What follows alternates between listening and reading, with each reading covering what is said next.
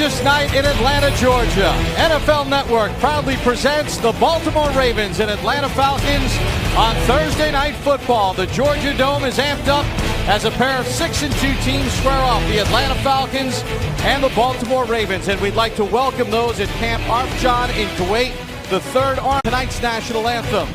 K.D. Bo. Join in the singing of our national anthem.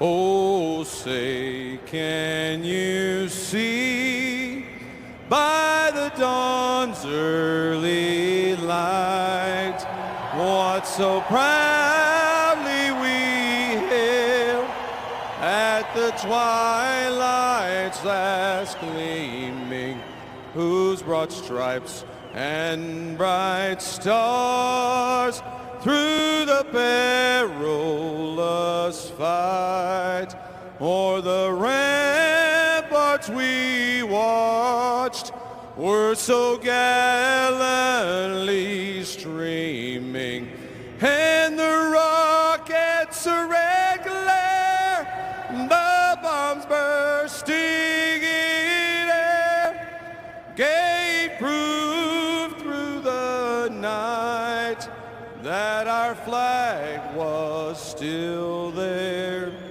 Oh, say does that star-spangled banner yet wave o'er the land of the free and the home of the brave.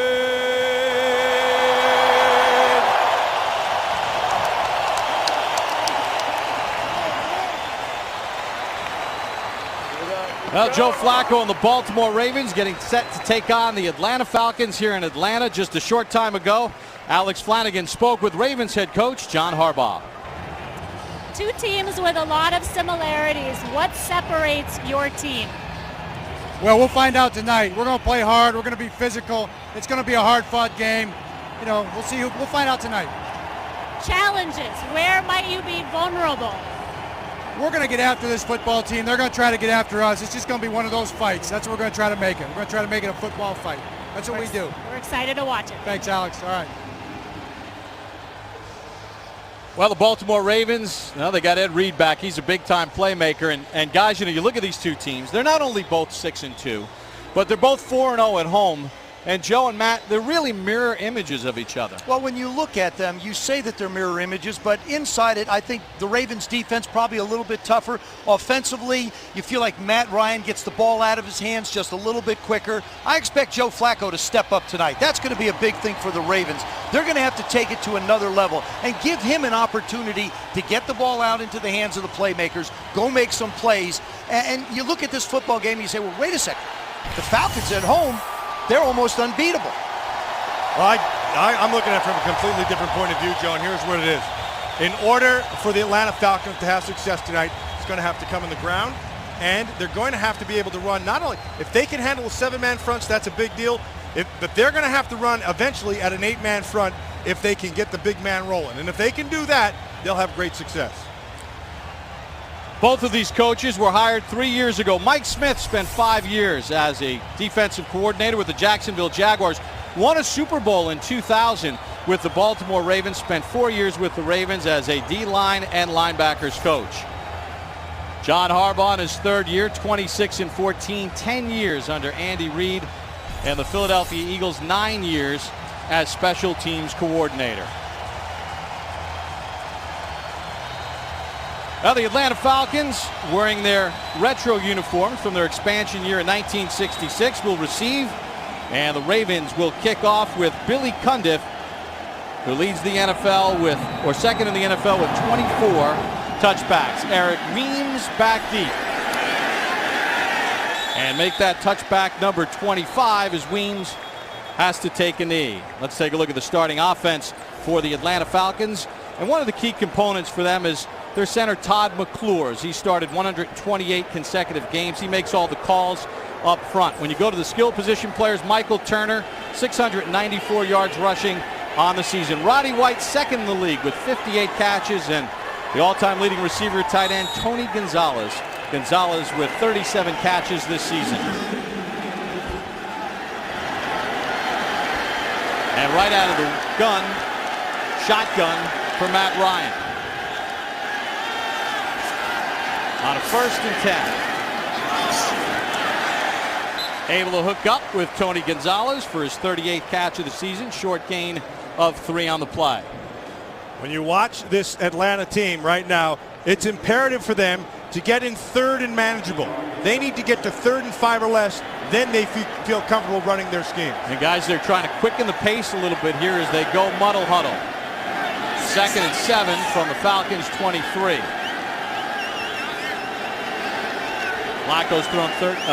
Ryan's thrown 13 touchdown passes this season. Pursuit from behind, and he gets sacked by Terrell Suggs. One of the areas that was of a big concern for the Ravens was their secondary. They're starting to get some people back. Fabian Washington is back now. Josh Wilson is starting at the other corner. That was a coverage sack. They do a really nice job in the secondary of not giving Matt Ryan an opportunity to go. They jump the out route. The middle of the field is covered as well. Got nowhere to go to be able to throw the football.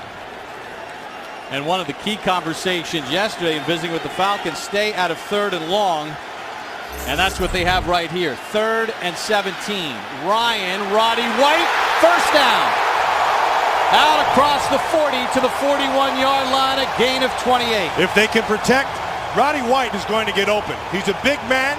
He knows exactly what he's doing. But, Joe, the difference I see with him right now is he's running fantastic routes. He releases inside. He gets physical and just gets outside. Ed Reed almost looked like he thought he was going to go to the middle one more time. And we know that Ed tends to try and gamble just a little bit. That time it hurt him. On a 1st and 10, Roddy White again. Out to the 45-yard line. Roddy White in his 6th year out of UAB, a 1st-round draft pick in 2005. You see his ranking since 2008. 231 receptions, 6th most in the NFL. 3,300 receiving yards. Currently 2nd in the league in receptions here in 2010. And if I ask everybody out there to name their top 5 receivers in the league, they forget him, and that's a big mistake. Well, the Ravens better not forget him. Matt Ryan doesn't forget him. He won't forget him at all.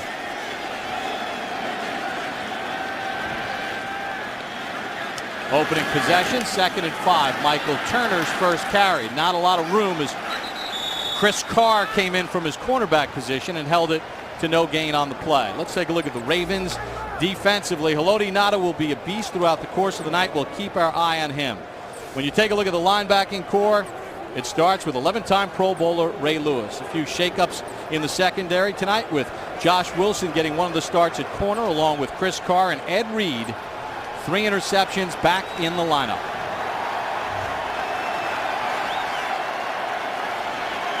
3rd and 5. Falcons converted on a 3rd and 17 earlier in this drive. Ryan, quick release, 1st down. Roddy White working on Ladarius Webb. Gain of 7. What the Falcons are trying to do in talking to Mike Mularkey, their offensive coordinator, they want to see if they can get the Raider defense a little tired. The Dome is a hot place. You've got a lot of big guys. Haloti Ngata is at 350. Kelly Gregg is at 320. Ray Lewis is at 250. You want to get them going sideline to sideline and get them tired. So far, they've been able to make them run. A couple of huge 3rd down conversions for the Falcons here on the opening possession of the ballgame. A drive that started at the Atlanta 20. 1st and 10. Ryan again. White again. Webb on the coverage. He loves that. And that's a quarterback's throw right there. When he knows that he has Webb on the inside, he's going to work that thing all night long.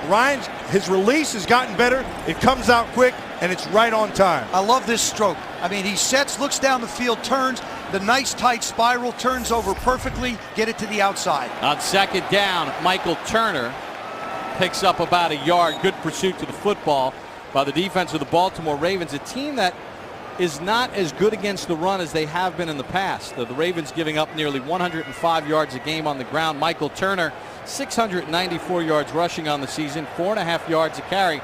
Ray Lewis shaken up. Ray Lewis got drilled by Michael Turner the last time he came on a blitz. Another third down for the Falcons, 3rd and 5. They hit a 3rd and 17. You have to think they're going to work the middle of the football field because Ryan's been throwing it outside so much early. And a 3rd and 5 earlier. Another 3rd and 5. Ryan goes other side. Can't hit Jenkins. Josh Wilson on the coverage. Well, Matt Ryan had a lot of success going to Roddy White. That time he tries Jenkins, and the drive stalls. The Baltimore Ravens roll their corners up, roll their safeties back in a double coverage defense. That time, Michael Jenkins just couldn't get away and get enough separation. The dangerous Ed Reed back deep to receive Michael Kanan's punt. End over end action. Reed calls for a fair catch at the 6-yard line. 36-yard punt, no return. We'll get our first look at the offense of the Baltimore Ravens. Falcons and Ravens on NFL Network. A bustling evening in Atlanta. We'll take a look, Matt, back at Ray Lewis getting nicked by Michael Turner. Well, there's one thing about being a running back and running, and then there's the other thing about blocking. And Michael Turner lowered the boom on Ray Lewis right there. Right foot injury for Lewis. His return questionable. From the 6. Delay draw. Ray Rice with room. Rice gets 11 on the play. First down, Ravens. Let's take a look at the offense for the Baltimore Ravens. And we'll start with the offensive line. And Marshall Yanda, the right tackle. The center is Matt Burke, a 6-time Pro Bowler in his 13th year out of Harvard. Michael Orr, the left tackle, in his 2nd year out of Mississippi. Ray Rice, 4 yards a carry on the season, a little down from last year. Anquan Bolden and Derek Mason make up the receiving core. 2 seasoned veterans with Todd Heap, 26 catches this season. Another draw for Rice with room on the left. Ray Rice tripped up at the 30-yard line. Brian Williams on the tackle after a gain of 13. When you watch Joe Flacco on both of those plays, he starts like he's going to throw and then hands off. What they're doing is they're causing the linebackers to get stationary and stagnant. The little play fake, they freeze for a second. It allows all of the linemen as well as the backs to be able to set their blocks and give them the hole. And we know how good a runner he is. So quickly the Ravens from their own 6 out to the 30, 1st and 10. Flacco under pressure from Abraham, and he throws it away, incomplete. And that right there is exactly what the Atlanta Falcons have to do to have success. They have to get pressure on Flacco. He has still not demonstrated in his 3rd year, and really I don't know how many quarterbacks are comfortable with it, but he's not real comfortable when he gets pressure at him and gets hits on him. He's not real fleet of foot, Matt. You got to knock him down. That's right, but he's not going to slide. He doesn't have the feet even of a Ben Roethlisberger. Well, Roethlisberger's a stud now in the pocket. Oh, yeah, but he doesn't have those feet yet. 2nd and 10 for the Ravens at their own 30. Keep in motion. Rice on the toss. Rice dives ahead to the 35-yard line. Curtis Lofton on the tackle. Well, the Falcons defense gives up defensively 16.5 points per game. John Abraham, 6 sacks on the season. The guy that gets the pressure. The linebacking calls made by middle linebacker Curtis Lofton in his 3rd year out of Oklahoma. Dante Robinson, the key acquisition in the offseason to try to stabilize the secondary for the Falcons, who gave up a lot of big plays in the passing game last year. And Todd Heap has been their converter of 3rd downs. You work him against the safety, give him a chance to make a play. 3rd and 5, Flacco under pressure, and then he just throws it up for grabs. There it is again. Stephen Nicholas nearly had the interception. That's got to get the pressure, and they're getting it. And they got him inside, and they got a little happy feet, and then that should have been a pick. Nicholas should have come down with a pick right there. Flacco, I believe, was trying to go to Todd Heap, and this ball gets away from him because Heap's going to come open. Well, he gets away from him because right here, watch his feet in the pocket. He's getting a little happy in there. He takes off and runs. They're getting pressure. That's exactly what Atlanta has to do. Jonathan Babineau, the 6th-year pro out of Iowa, got pressure and flushed Flacco out. Sam Cook to punt. Eric Weems from his own 7. Weems slips across the 25 to the 26-yard line. 48-yard punt, 16-yard return. Falcons' 2nd offensive possession coming up next from Atlanta.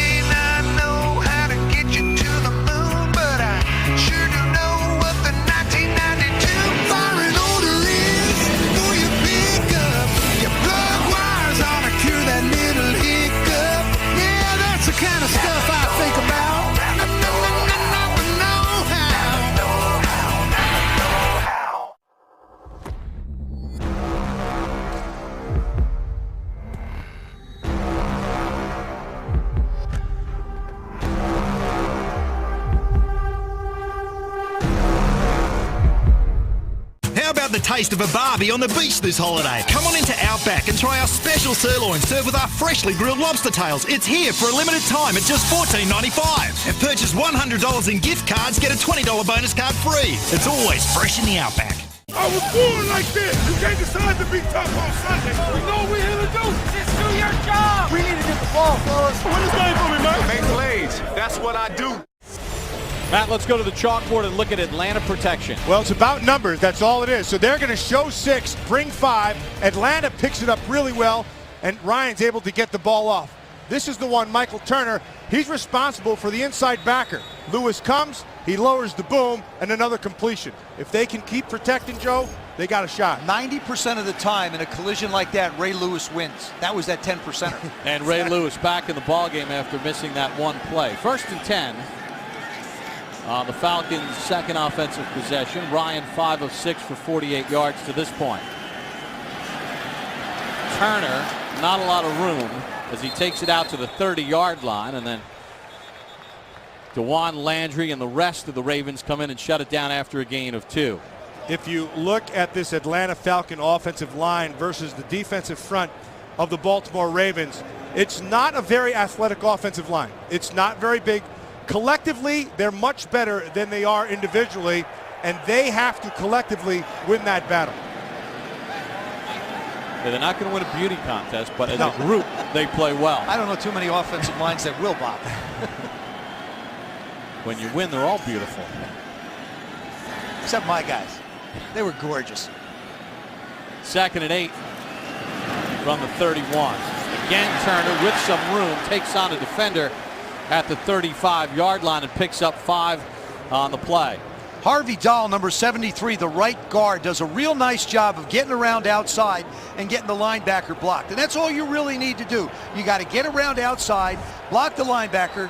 There he is right there. Slide around outside, get the block, and you're able to pick up positive yards. Just locate the linebackers. That's what you need to do if you're a pulling offensive lineman. 3rd and 3 for the Falcons. Pass intended for Harry Douglas, didn't get his head around. Guys, that looked like a good throw. I guarantee he took too many steps. Matt Ryan was ready for him to come out a full yard earlier than that. If you run a little bit too deep, the quarterback's under a pressure. He's got a clock. You've got to get away. He just got tied up and couldn't get away. Yeah, the difference was Chris Carr got his hands on him at the line of scrimmage, and that took the timing off. Ladarius Webb back deep. Ed Reed received the first punt for the Ravens. Webb has returned 1 punt this year for 10 yards. Webb, fair catch at the 19-yard line. 46-yard punt, no return. Joe Flacco and the Ravens, second offensive possession coming up in a scoreless ball game. Thank you to the men and women of the armed services. You know, what you do for our country, it's something we couldn't bear doing. You know, we're out there in pads, you know, playing the game of football, and you're out there playing the game of life, you know, putting your life on the line every day for us. So definitely like to say thank you. We appreciate it. On a 1st and 10 for Ray Rice and the Ravens. LeRon McClain loses about a half yard.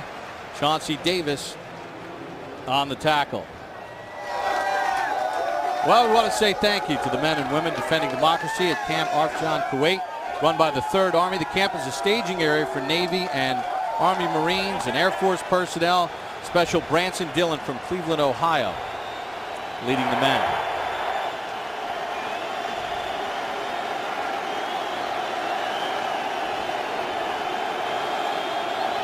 After a loss of 1, 2nd and 11 for Joe Flacco. Another check down to McClain. Picks his way to the 22 before he's tackled by Mike Peterson and Stevens. The Atlanta Falcons could live with Joe Flacco throwing to LeRon McClain all night. What they're doing is they're just not giving him a chance to get the ball to Anquan Bolden or Derek Mason yet. Real nice concept defensively by Brian Van Gorder, their defensive coordinator, making him get the ball down underneath. The Ravens failed on a 3rd and 5 on their first possession. And there is Brian Van Gorder, the defensive coordinator of the Falcons. 3rd and 8 here for the Ravens. Flacco with time, And he's got the first down to the veteran Derek Mason. Gain of 13. See, Matt, you cannot give them time. No. They rush three. Well, remember what Harbaugh told us at the beginning. He said if they get time, they will dice up this secondary. But watch Mason as he drives Grimes off the ball. And so Grimes, once he sees he starts to get to that back pedal and his shoulders turn, boom, then he comes right back. The ball's right on time. And that's the way it's supposed to look. That's a 14-year veteran out of Michigan State. Flacco in traffic again to Mason. Grimes on the coverage. You know, you talked about Flacco and some of the indecision. There's the big arm. And that was suspenseful. I'm telling you, as a quarterback, when you let that one go and you see the defenders close like that, I mean, there's no window. If that ball sneaks through at all, it's a problem. Great coverage by Grimes. Great catch by Mason. Gain of 7, Ray Rice. And he's going to lose a couple. Loss of 2. That's just stuffing the lineman at the line of scrimmage. And regardless of who makes a tackle, that defensive front came off the ball. And watch it right here. That is the guy, it's Babineau, 95. He holds the point. And then back on the outside, you got Abraham, who took Heap and stuffed him in the backfield. And then here comes the rest of the problem is you got Todd Heap trying to block John Abraham. It's not going to happen. 3rd and 5 for Baltimore. Flacco can't escape for the first down. Babineau grabbed him around the ankles. Well, Babineau should turn around and kiss the secondary because there was no place to go with the ball. And again, remember what Harbaugh said, if they can get time, well, they're not getting time. And instead, they're getting pressure. Babineau takes care of it because the secondary takes care of the coverage. Nowhere to go.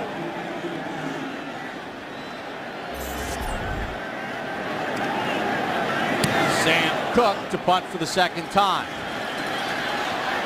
Weems a fair catch inside the 10. 50-yard punt. No return. Well, one of the stories tonight has been pressure on the quarterback. Joe Flacco, nowhere to run. Falcon defense playing tough tonight. World's largest drive-in right here in Atlanta. A staple from Matt Millen when he's in town. Well, the Atlanta Falcons, back-to-back winning seasons. 2006, Michael Vick, legal issues. So they hire Bobby Petrino from the college ranks. Hired, then he quits. 2008, they bring in Mike Smith. They draft Matt Ryan. They sign Michael Turner under the guidance of new general manager Thomas Dimitroff. First time in franchise history. They've had back-to-back winning seasons, trying to make it 3 in a row. Ryan and the Falcons will start from their own 9. Turner picks his way out to the 13 and picks up 4 on the play. Well, 51-year-old Mike Smith, 26-14 as head coach. Really a wonderful guy to talk to. He says, I learned a lot from Marvin Lewis when I was with the Ravens as far as delegation. Jack Del Rio taught me how to deal with the players. Brian Billick taught me about organization. And he said, Mike Nolan taught me a lot about how as a coach you can keep learning. After Nolan got fired with the Jets as defensive coordinator, he went to the Ravens as a wide receivers coach, and he picked Mike's brains. How are you guys trying to attack us defensively? Very progressive thinker. Ryan on a second down looking for Jenkins. No flag. Josh Wilson on the coverage. Now there's that bang 8 that they like to throw. He goes down 12 yards. Matt Ryan will let this ball go just inside the numbers before Michael Jenkins ever gets his head around. But that was really, really tight, close coverage. One of the things that Matt Ryan has really started to grasp and is getting very good at is his timing throws. And sometimes when he's in the rhythm, and he says timing can beat all coverages. When that foot hits and the ball's out top of the numbers, that's tough to stop. 3rd and 6. Here in the first. Ryan has his first down. That's a little Jenkins thing on the catch. That's a little thing, Bob, that Michael Jenkins did that you really appreciate. He knew where the first down line was. What he does, watch, he catches it. He doesn't try and make a move back and spin around. Lean forward, winds up picking 3 more yards up and getting the first down. Yeah, what's smart by him, Joe, he sees the hole in the zone, finds it, stays there, ball's right on time.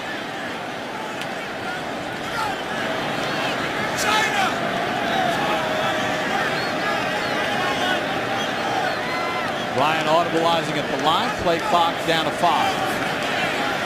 Harry Douglas in space beats Lewis. Middle of the field to the 35, and it's a gain of 12.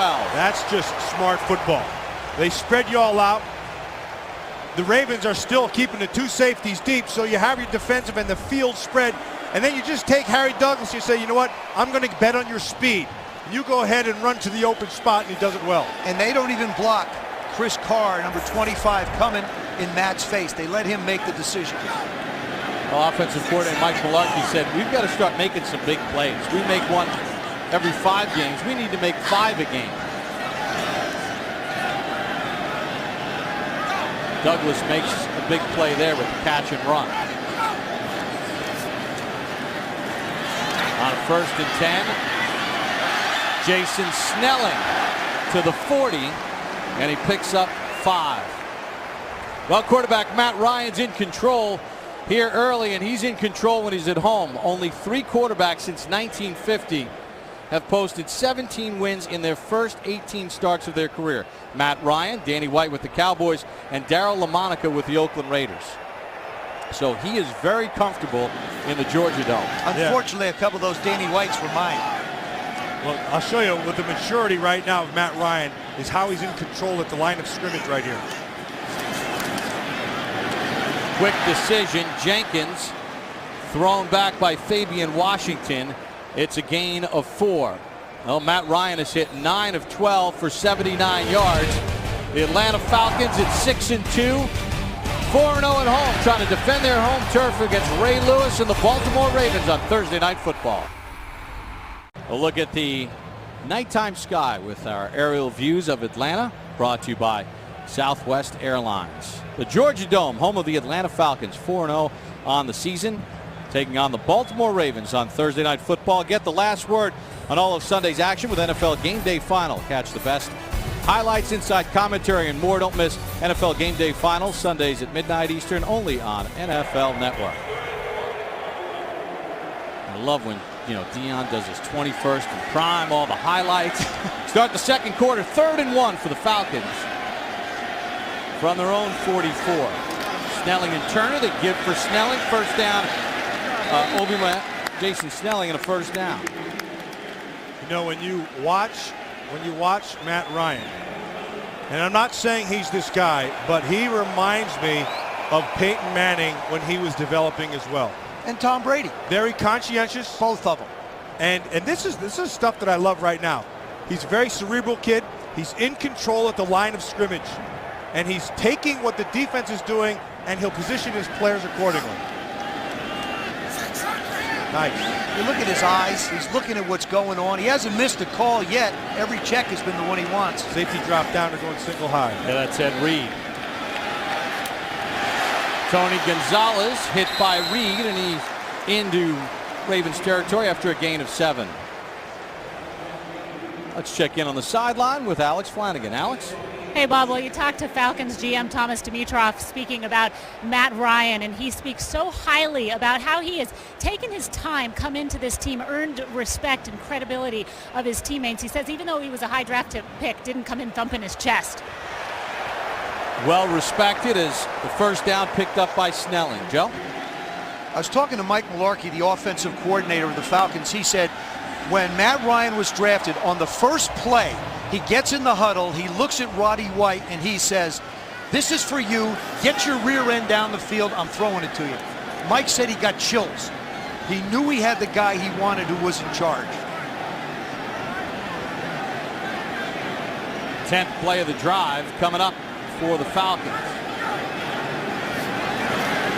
From the 43, can't hook up with Harry Davis. We're talking about Matt Ryan here and how he's able to control things at the line of scrimmage and how he's gaining control as he goes, but he can't do it without that offensive line. And, we talked a little bit about it earlier, and this group, I said it plays very well collectively. Not a great bunch of athletes, but boy, they think they're pretty good, and right now, they're playing pretty darn well. Snelling, the tailback. Snelling with some room. Plows his way inside the 40. Kelly Gregg on the tackle. Yeah, take a good look at this offensive line. Not a particularly handsome group of fellas. Like I said, most of them aren't. But, you take a look. They're all around 300. You got, 330 inside with Blaylock. But what they are is they think they're tough guys. They think they can get after you. And they think they're pretty good together. And they're right. McClure was a 7th-round pick in 1999. Ryan on a 3rd down. Gonzalez, as he's been doing his whole career, 1st down. Reed on the tackle. Of Matt Ryan's passes, every one except one has gone out to the right, and it is thrown in the perfect spot.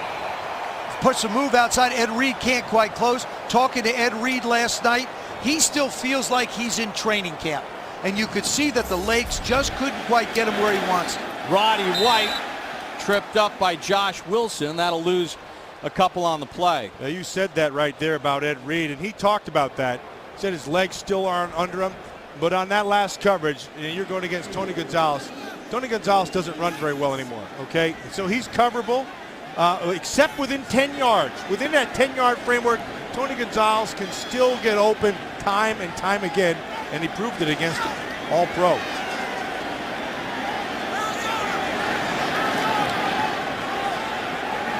Second and long, under 10 seconds to go on the play clock.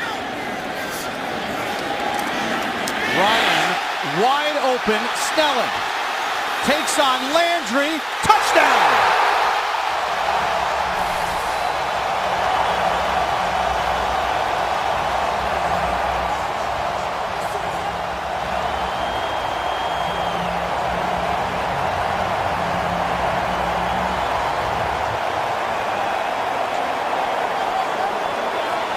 28 yards to Jason Snelling. And that was a blown coverage. Josh Wilson goes inside with the receiver. Snelling winds up in the flat where there should have been a corner, and he winds up running over Landry, getting in the end zone for the touchdown. Just a flat blown coverage. So Ray Lewis's Ravens defense watches a 28-yard touchdown pass to the back. Jason Snelling in his 4th year out of Virginia, wide open and determined to run over DeJuan Landry. An extra effort giving the Falcons the lead.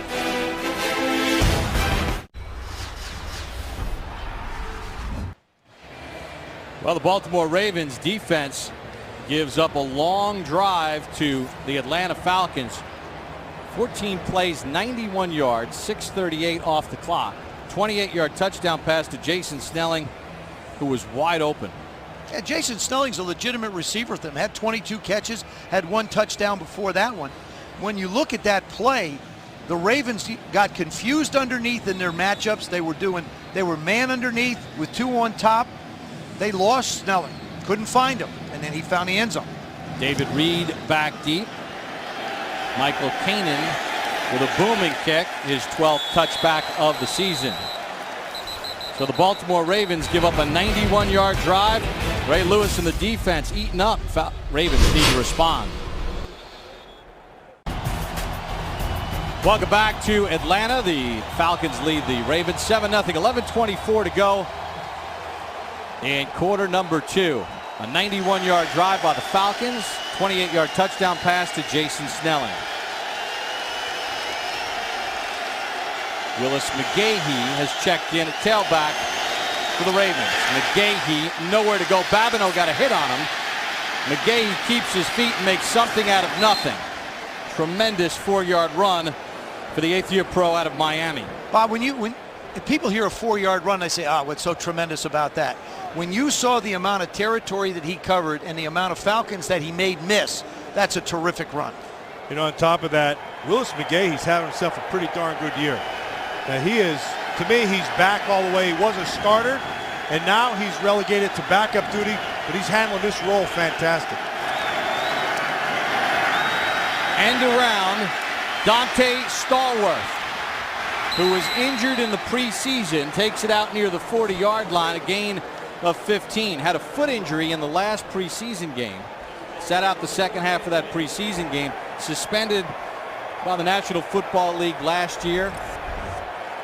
DUI, person was killed in Miami, and I saw him before the game, and he was pretty fired up, Joe, about getting back out there. And here, they get him in space and let him use his legs. And let LaRon McClain, that number 33, just get out in front and just get a piece of the linebacker trying to make it in pursuit.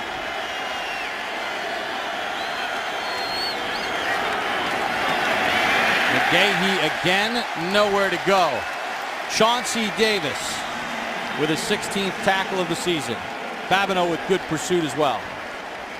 Well, Chauncey Davis just coming off the backside, and Babineau inside. Both those guys, 92, 95, both playing very, very well inside.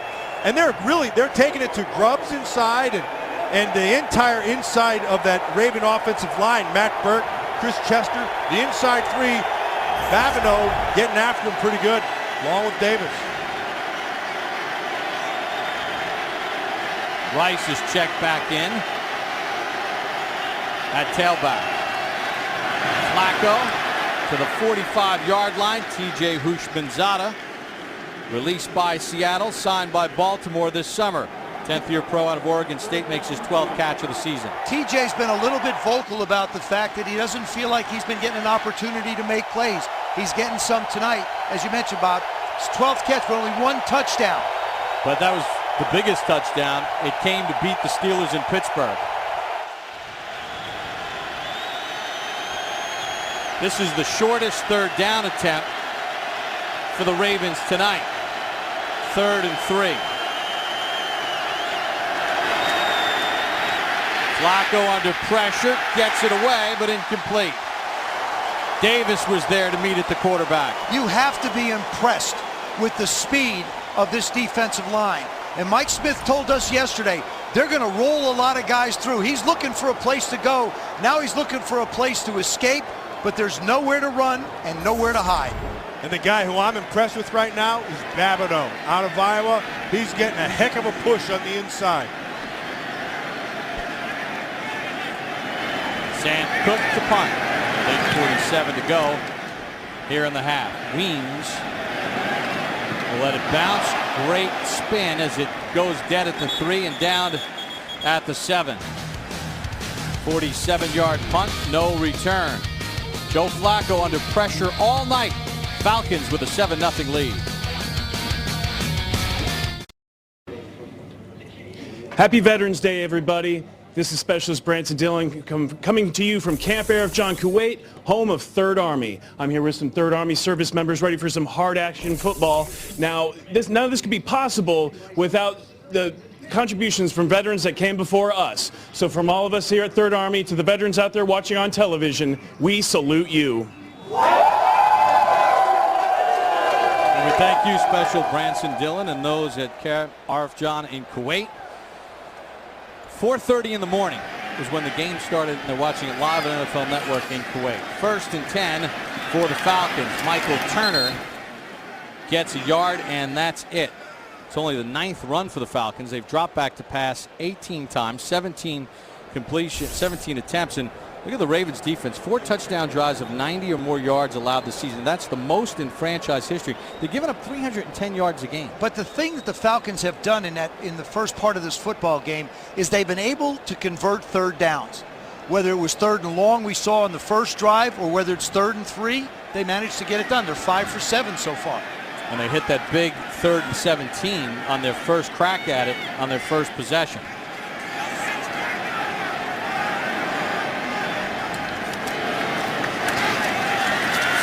Turner again works his way for another yard. Now, Corey Redding and Kelly Gregg on the tackle. Now, conversely, the Ravens have not been good on 3rd down. Okay, they've gotten the Falcons in a position where they wanted to. They've wanted to be able to get them into 3rd and long. They've been able to accomplish that a few times, but they've not been able to get pressure on Matt Ryan, and he's taking care of business.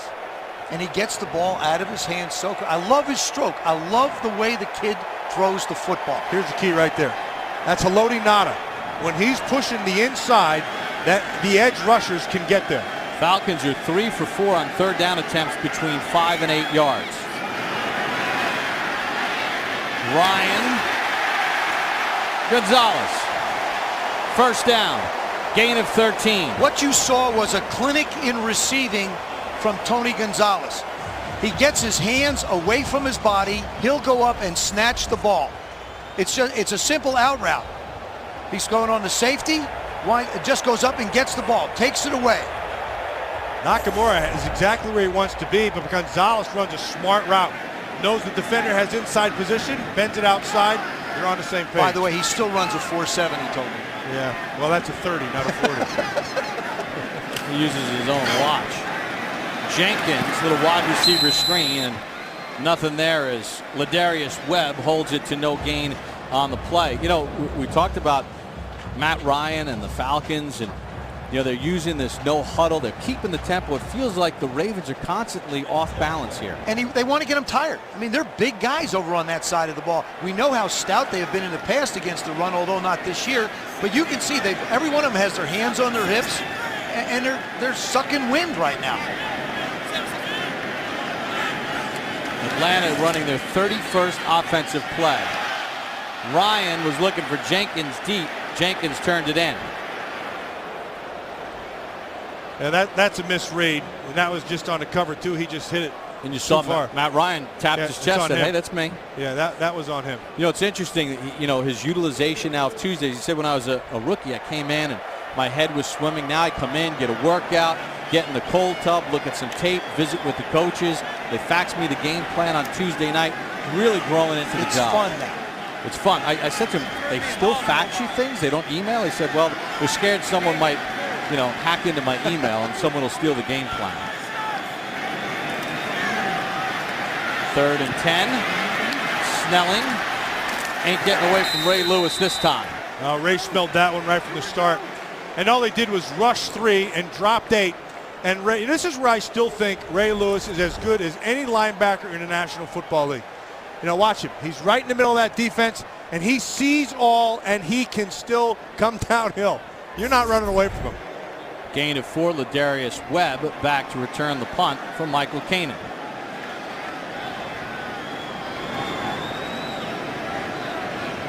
First punt of 36 yards.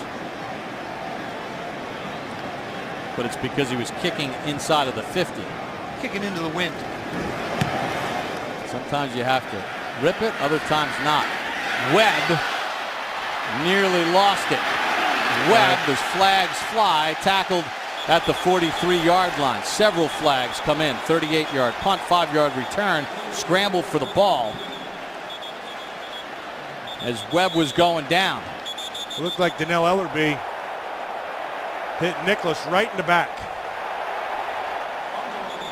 Even Kanan, the punter, got in there. Yeah, things must be going well if a punter gets involved. And I'll tell you one thing, there's a lot of stuff going on underneath that pile. And the Falcons think they have the ball. The Falcons believe that they have the ball. Coy Wire has it. We haven't gotten a call yet from Ron Winter. He's in the middle there somewhere, too. And with 4:51 to go in the half, that's our first flag tonight. And there's 5 of them laying on the field. And it was an obvious hit in the back. I mean, they saw it, and they called it. This is a difficult conference to have by the officials. You know, Ray Lewis is looking at it, but it's such a difficult conference for the officials to have because everybody's piled up. All right. There's the hit right in the back. Ellerbe with the block in the back. Now Webb loses the handle. That's a fumble. But the officials never signaled as to whose ball it was. Finneran rips it out. Yeah, that's loose right now all the way. Here's Ron Winter. Return. Illegal block in the back. Number 59 of the return team. But penalties declined. Atlanta recovered the fumble. First down. Credit Brian Finneran, got his hand in there, ripped the ball out, and then Coy Wire is able to come up with it. That's a big turnover. That was a very good committee meeting by the officials. Ladarius Webb has it punched out after a scramble. Coy Wire has it. Falcons by 7 in the ball. As we welcome you back to Thursday Night Football on NFL Network, the Falcons with a 7-0 lead over the Baltimore Ravens. First turnover of the ball game. Ladarius Webb fumbling the punt. John Harbaugh, former special teams coordinator with the Philadelphia Eagles. Only team that had not allowed a touchdown drive in his own territory this season. We're going to have to see if they can do it against a red-hot Matt Ryan and the Falcons. I love this position on the field to take a shot. They take a shot with Matt Ryan to Roddy White. Why not? Well, that Roddy White is really easy to like. He's a big kid. I shouldn't say he's a big man. Big smile. 210 pounds. Comes off the ball. He can be physical. What I love about him, he uses his hands real well. Has very good balance. And I was talking to him, he says, you know, I got that from wrestling in high school. Here's a 2-time state high school champion wrestler. And immediately, I loved it. Did you challenge him? No, he probably you wrestled, didn't you? Ankle picked me. You wrestled me, I know that. Well, those good hands have helped him not drop any passes. The only receiver in the league with 40 or more receptions without a drop. 2nd and 5. Ryan White missed him. Oh, he's going to hate himself. That's one of those you'll wake up tomorrow morning, Matt, and just absolutely hate yourself. Well, he got hung up just a little bit almost. Watch this. Watch the route. It's a double route. Oh, he ran right past him. No. Yeah, he missed it completely. You're right. He knows it. Sometimes you see the guy so open, you put that little bit of extra on it, and it just gets away from him. He knows it's his. I mean, the composure that he shows is so mature for a guy that's only played 3 years. Now we're going to get a whistle and a timeout. Ravens as the Falcons face a 3rd and 5. 4:15 to go in the first half. Matt Ryan and the Falcons trying to capitalize off a Ravens turnover in front. 7-0 on a Jason Snelling touchdown. Back in Atlanta, the Falcons with a 7-0 lead over the Ravens with 4:15 to go in the second quarter. You guys remember 1998, Dirty Bird Shuffle? Jamal Anderson as the Falcons had this Georgia Dome rocking He did it on a their lot way to better the than Super you're Bowl. doing it right I'm now, I doing gotta tell it you. great. I know Come on, you Joe. He was a good one, boy. That was a tough man to tackle. Head coach Dan Reeves, his 2nd year as head coach. And they went to the Super Bowl. Ryan on a 3rd and 5. Brian Finneran, first down, working on Webb, gain of 7. Matt, you know what I'm going to do, Bob? I'm going to, after this game is over, I'm going to get a DVD of Matt Ryan's throws, and I'm going to go home, and I'm going to watch it because it's like watching an artist work. Nose of the ball down, aerodynamically, it's thrown perfectly. Finneran, not a lot of catches, only 12. But seems to come up with the ones you need. Great route right there. He basketballed him, used his body, got between the defender, can't beat him. And 35 plays for the Falcons offensively. And Turner hasn't even gotten going. No gain on the play by Michael Turner, Haloti Ngata, and Corey Redding on the tackle. You know, it's amazing.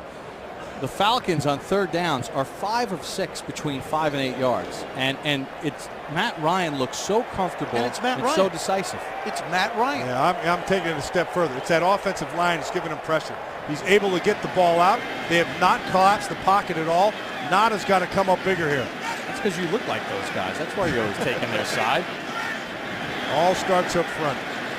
I will agree with that, absolutely.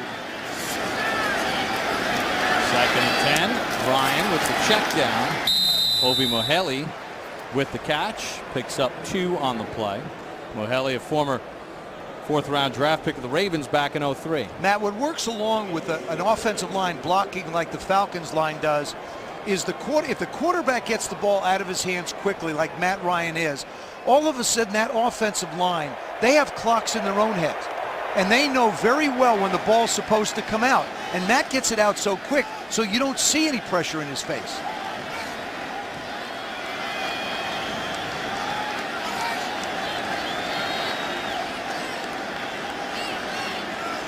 They better be careful if they're bringing pressure. Ryan over the head of Douglas. Flag, though, comes from the back judge. Wilson was covering Douglas. Ryan knew where he wanted to go, though. They did bring pressure. He had one-on-one up top. Illegal contact. Defense number 59. 5-yard penalty and a first down. Donnell Ellerbe with the penalty. Working on Gonzalez. And remember, you have 5 yards. You can get the hit. Let him go. He latched on to him, and that's why it got called from the back of the end zone. That's for the backfield judges. Matt, let me ask you, though. Ellerbe's in a position. if you feel like Gonzalez is going to beat you maybe for a touchdown, do you hold him, you as a linebacker? Well, you have to know where your help is. You have to know you have somebody on top of you. You get your shot on him, and then you move on. Automatic first down from the 24. Turner moves the pile to the 21. Picks up 3. DeJuan Landry on the tackle. Well, the Ravens need to pick themselves up and dust themselves off. Falcons are handing it to them right now, up 7-0, threatening for more. Rich Eisen getting ready for the Sprint halftime show, on which Brett Favre gives as definitive an answer to the question of his playing future as he's given to date. We'll also go over the keys to the game with Marshall and Mooch, only because Deion's going to be occupied during halftime. He goes in the Ring of Honor here. Bob, Matt, Joey T, back to you. All right, Rich, looking forward to the halftime show. The Falcons have had the ball for 19 minutes and 31 seconds, and they're playing primetime football tonight. Deion's got the red tie. Look at him. It's great that he's getting honored here. 5 years in Atlanta. I think one of the top 5 greatest players ever to play the game. 2nd and 7 from the 21. Turner, hit by Jarrett Johnson, falls ahead for a couple.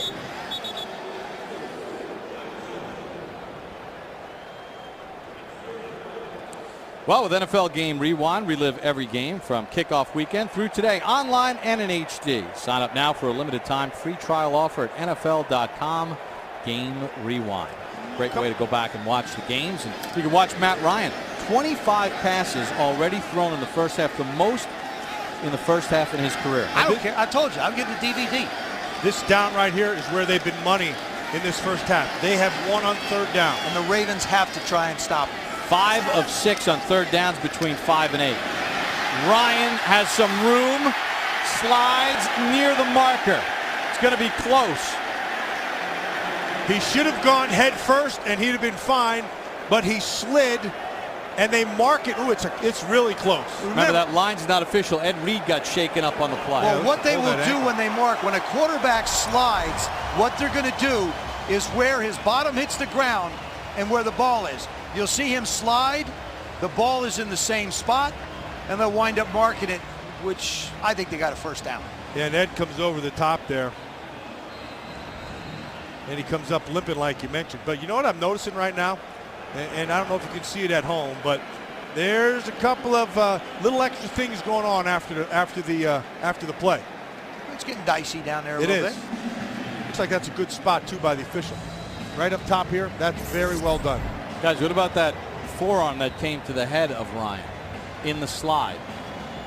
If you're in the pocket, that happens. They're going to protect. It's part of football. Please. I understand that, but when the quarterback goes to a slide, he's giving himself up. He's already been in the motion of starting the hit as well. It's not like you can stop right in the middle of it. It's not like freeze frame in the air. Ed's coming through. He's not sure where he's going to be. And yeah, he does hit him in the head. See, Ed's already started. He's not even going to hit him. I mean, he's just kind of going over the top. That's just part of the game. I'm just asking. And it's so hard to change direction. I mean, I'm all for protecting quarterbacks. But at some point, when a quarterback's in the secondary, they have to learn to protect themselves, too. Right, and that's bang, bang. It's not as if it's a big open space. Reed stays in the ball game. Well, lost in all that, it's another 3rd down conversion.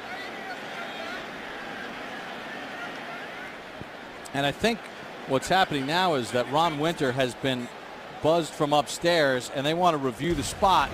That's a booth review since we're under 2 minutes. We'll check the spot when we return. Falcons driving.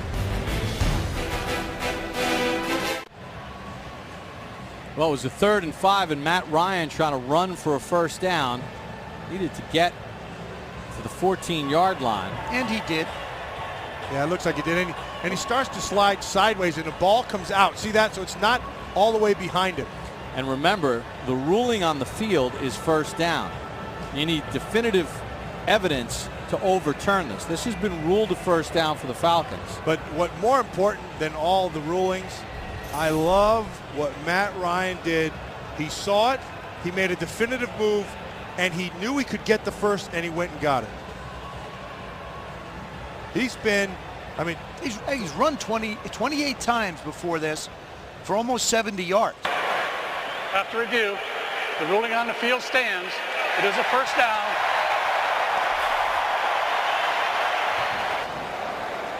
So it was buzzed down from the replay officials, and the ruling on the field stands. First down for the Atlanta Falcons. Ed Reed got shaken up on that run. In the games without Reed, 5 takeaways. In the 3 games in which Ed has played, 6 takeaways. That big, 7 takeaways, excuse me, that big a difference as far as when Ed Reed's in the game. And the Ravens need somebody to make a play right now.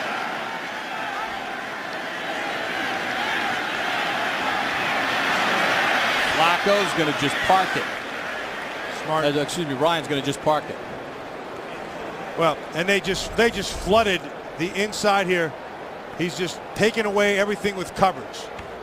Now you're going to look inside Roddy White, then you go to Gonzalez. They're running underneath him, and they have somebody over the top. Look for Jenkins on the backside. Nowhere to go. Snelling in the back. Yeah, Snelling, they know exactly where he is.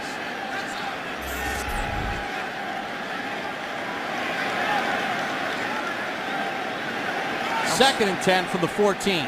I'm still looking for Tony Gonzalez down here. Snelling stood up at the 10. Chris Carr on the tackle after Jarrett Johnson got the first hit. Same thing again. See what it's tight down there, and all the angles are different when you're throwing down there. And so they're rushing 3 and flooding it with 8 defenders. And the Falcons will call a timeout,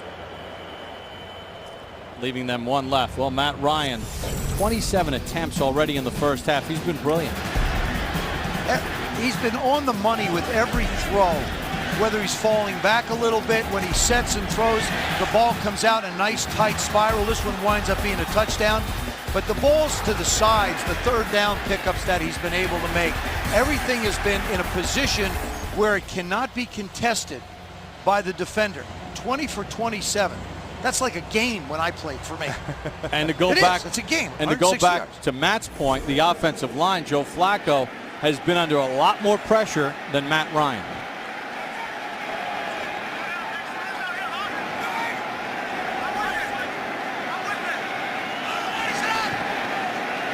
Third and 6. Ryan trying to find Finneran, could not. That's one of their favorites. Brian Finneran, 6'5". And Matt throws this one just a little bit high. They like to do this, allow him to just go up and get the ball. Look at how much higher he is. He is way up over Ladarius Webb. So is the ball. Matt Bryant in to try a 28-yard field goal, 16 of 19 on the season, including a couple of game winners. Kanan to hold, Zelenka the snapper.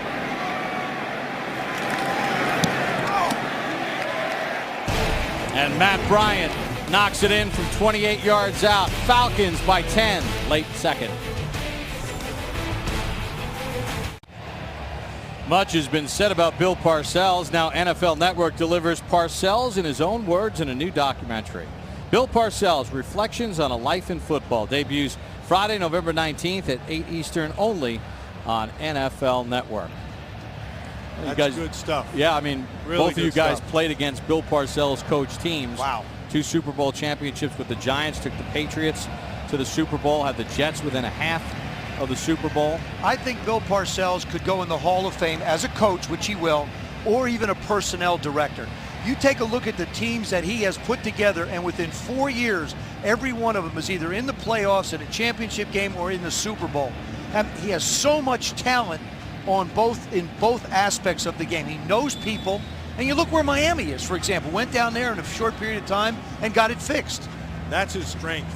Bill Parcells knows people. Right. It's the bottom line. Kanan with the kickoff. Reed will take a knee. And he can read people. And that has always been his greatest strength. and then he knows the right buttons to push. Because above all else, Bill Parcells' teams are always going to be tough and physical. That's what I loved about him. Well, speaking of reading people, Matt Ryan has read one of the better defenses in the NFL for over a decade tonight, and the Falcons with a 10-0 lead. Joe, he's making it look easy. He really is, but he's throwing the ball as well as I've seen a quarterback throw. He's put it exactly where he needs to. There isn't a lot of room where he's thrown the ball, Bob. I mean, there have been a lot of places where he's had to squeeze it in rhythm, and he's done it. Matt Ryan, 20 of 28, 160 yards and a touchdown. Joe Flacco and the Ravens need to regroup at the half. It's been all Atlanta Falcons. At the end of the first half, the Falcons lead the Ravens by a 10-0 score. Jason Snelling's first quarter touchdown, the difference. Stick around for the Sprint halftime show with Rich Eisen, Marshall Falk, and Steve Mariucci.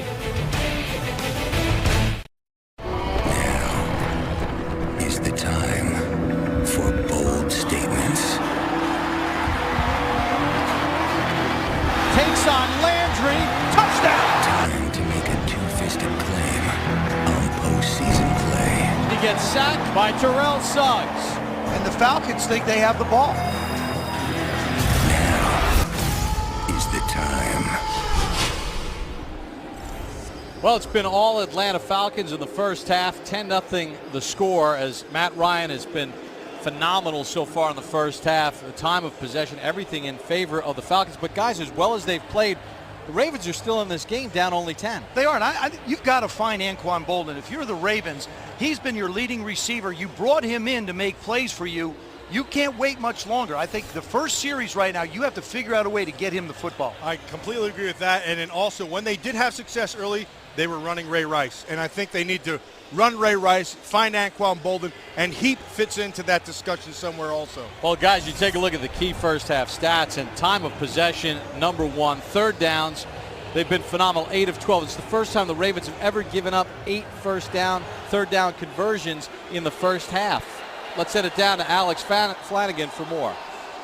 Bob, not a lot for John Harbaugh to evaluate offensively in the first half. He obviously said their biggest problem has come on third down conversions.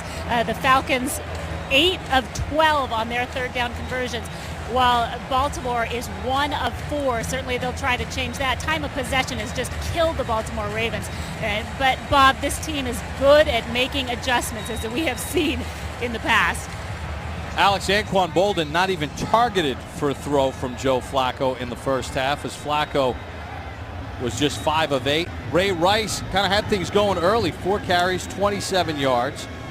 A 13-yard run early in the first possession, but Babineau, Abraham, and that defensive front seven of the Falcons have been outstanding. Kane in to kick off with David Reed, the rookie, back deep. And Reed will have to take a knee 8 yards deep. We talked about Ray Rice running the football. The other part of this equation now is this offensive line had it taken to him by that Atlanta Falcons defensive front. They got after him in the pass game, and they got after him in the run game. That's why sometimes, sack stats could be a little misleading, because Flacco wasn't sacked once in the first half, but he was under pressure a lot, Joe. No catches for Anquan Boldin. 6.1 receptions per game over his career, the most in NFL history. Not even a ball thrown his way. Flacco under pressure. There's the sack. John Abraham gets his 7th of the season. They have done a great job on the left side running TEs, tackle ends twist. They can't pick it up front. This one, he just goes inside Michael Orr and just beats him. They're so concerned with the moves between the tackles and the ends, the linemen are just standing there. Yeah, that's on Orr completely. Orr gave his kick step, he got too much room in between, and he took a quick inside move. The best way to be an outside rusher is to take the inside when you can. Or the 23rd player taken last year. 2nd and long. And not a lot of room for Rice. John Abraham in his 11th year out of South Carolina. Matt, when we were talking with him yesterday, as soon as he walked in the room, he said, "Hey, John, look like you lost a little weight." Yeah, and he rededicated, if you want to call it that. But what he did, he went back and he lost some weight, and he got thicker. and he's coming off the ball as good as I've ever seen him. Ravens on 3rd and 9 plus 0 for 1. They failed on a 3rd and 15 in the first half. Flacco underthrew it, intercepted. Brent Grimes gets his 3rd pick of the season, intended for T.J. Houshmandzadeh. 2nd turnover for the Ravens tonight. Grimes played it perfectly. He Straight cover 2, Joe? He should have never thrown the ball. It was cover 2, man underneath. Grimes turns and looks inside. Joe Flacco tried to look him off. And when he looks him off, he gets the ball there. You see Grimes? Grimes is absolutely looking, playing this all the way. That was a horrible throw by Joe Flacco. The Georgia Aquarium, the world's largest aquarium, opened in 1995. The Ravens offense underwater tonight as Flacco gets picked off. 1st and 10, Falcons up 10 from the 39 of Baltimore. Ryan with some late pressure, and he has to get it away, intended for Michael Palmer. Let's go back to this. Look at Anquan Bolden. First of all, he knows he's got to rally the troops. So he's pulling them all together. And the reason he's going to have to rally them is because that interception was, this is Brent Grimes up on the top. This is a simple base cover 2. He's not threatened underneath, and really, he can play underneath because it's 3rd and 14. He just turned and rolled back inside, played it perfectly, kind of like Shippensburg versus Kutztown. Interception. Did you do that game? Well, Grimes went to Shippensburg. His 3rd pick of the season. 2nd and 10. Ryan off the hands of White. I'm taking that one off the DVD. First drop for Roddy White this season. I would venture to say the way Matt Ryan has been throwing those slants, that Roddy White doesn't get the proper depth. He's a yard short, and by being a yard short, the ball is that much further out in front of him where he has to extend himself because there really isn't pressure. No, that shouldn't be a drop, but you never, it's like errors in baseball. How do they rule them? I would not call that a drop. 3rd and 10. Ryan, Michael Palmer hit by Nakamura and short of the first down. It's a gain of 7. Now this brings up an interesting decision for Mike Smith. Do you go for it or do you send your field goal unit out? I think he's playing it smart. His defense is playing so well, but he hesitated for a second. This would be a 51-yarder? 51-yarder. Bryant's long this season, 49. But watching him in warm-ups, he hit it just barely from 55. Kanan to hold. Zelenka on the snap. He's got it centered. He's got the distance good. From 51. He'd have made that from 55. That was where he was. 3 more points on the board. Atlanta Falcons taking it to the Ravens, up by 13. Well, the good news for the Baltimore Ravens, 2 turnovers. They have not allowed a touchdown, and they have not allowed a touchdown yet this season when their offense turns the ball over, and they've kept the score manageable. It's 13-0 Falcons. Anquan Bolden still shut out. Bob, it's only manageable if you can find some offense. The last decision that Joe Flacco made, he looked like he made his mind up. He was going to try and throw it outside and 3rd down and 14 into double coverage. And when you make your mind up, nothing good happens. But you know how a game can just sometimes flip, you know, with one big play. Maybe somebody trips and you make a big play. 2 scores and it's 14-13. I understand it. Their defense is doing the job, but their offense is going to have to find the ball. They have to get it to Anquan. Kanan, line and kick. Reed from the 3. The rookie out of Utah keeps his feet out to the 36-yard line. Brent Grimes on the tackle, 33-yard return. Well, a couple of turnovers late in the first half. Ladarius Webb on a punt return, recovered by Coy Wire. That set up a field goal to make it 10-0. And then Joe Flacco with a bad decision. Brent Grimes with the pick. Another Matt Bryant field goal. So the Falcons have gotten 6 points off the 2 turnovers. But now let's see if Joe Flacco could stabilize them. This is the drive that they have to get something going. This is where you can capture back some momentum offensively.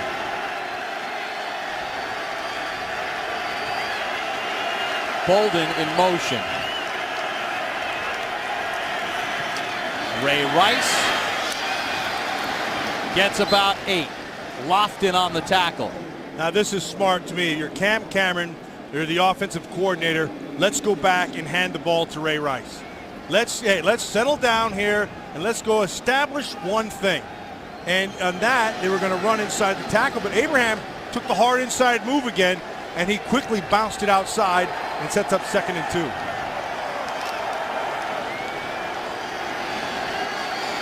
Jody, you just run it again, try to get a first down and stay positive? Absolutely. You got to get those offensive linemen lathered up again. Keep in motion.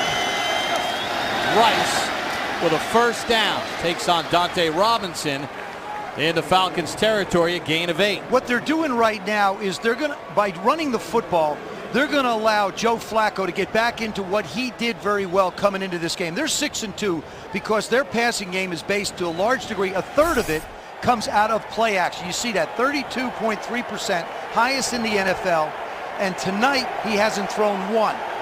This gives them an opportunity to be able to start to do that. The protection will be better and the routes will be more open for them. And none tonight. First time Baltimore's in Atlanta territory this evening.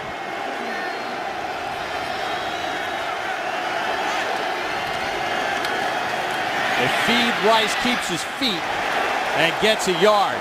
And that's it. The Baltimore Ravens are a run-left football team. They will not get many yards running right.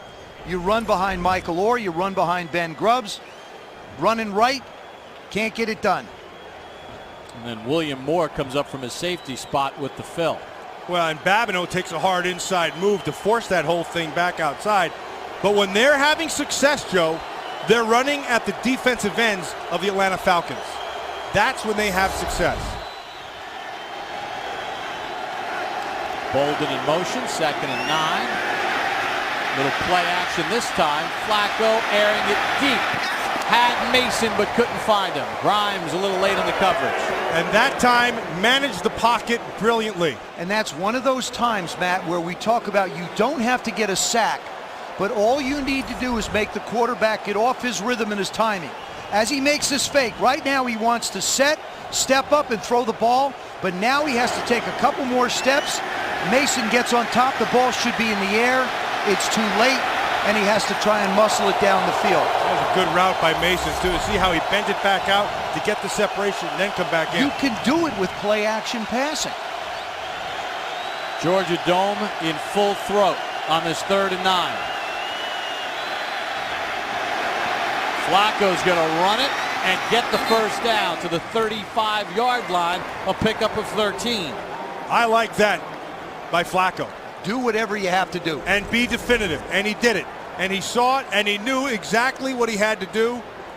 And then he also knew a bomb was coming, so he got down as quick as he could. Low bridge. Look out. Right under William Moore. Longest run of the season for Flacco. And now they're threatening. Now you're in Falcon territory.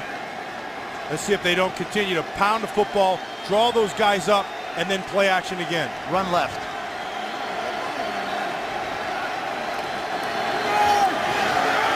Little reverse. Dante Stallworth. Inside the 20, hit by Moore. And tackled at the 16, gain of 19. So despite everything going Atlanta's way, Baltimore with a little momentum now.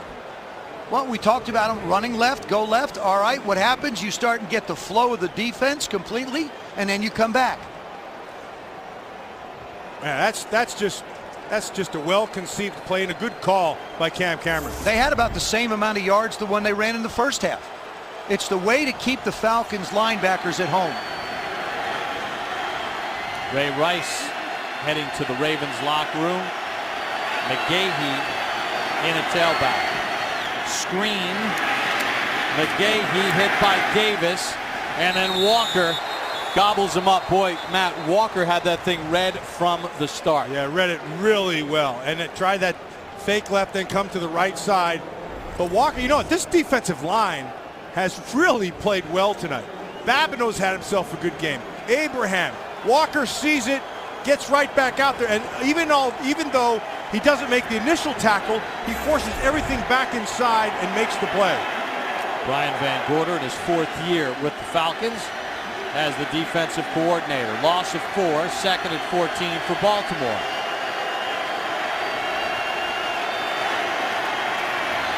Middle of the field, Todd Heap inside the 10 to the 7-yard line.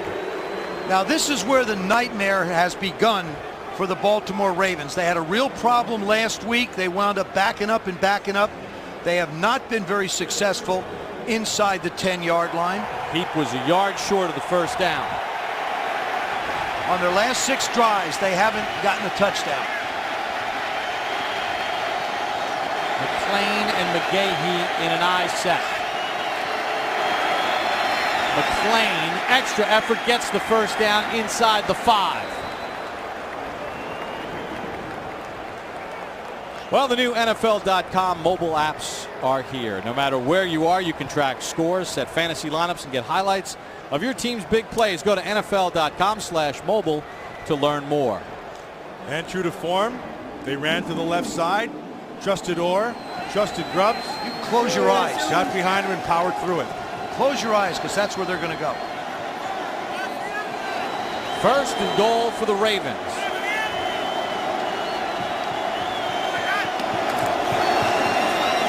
Flacco to throw. Bolden.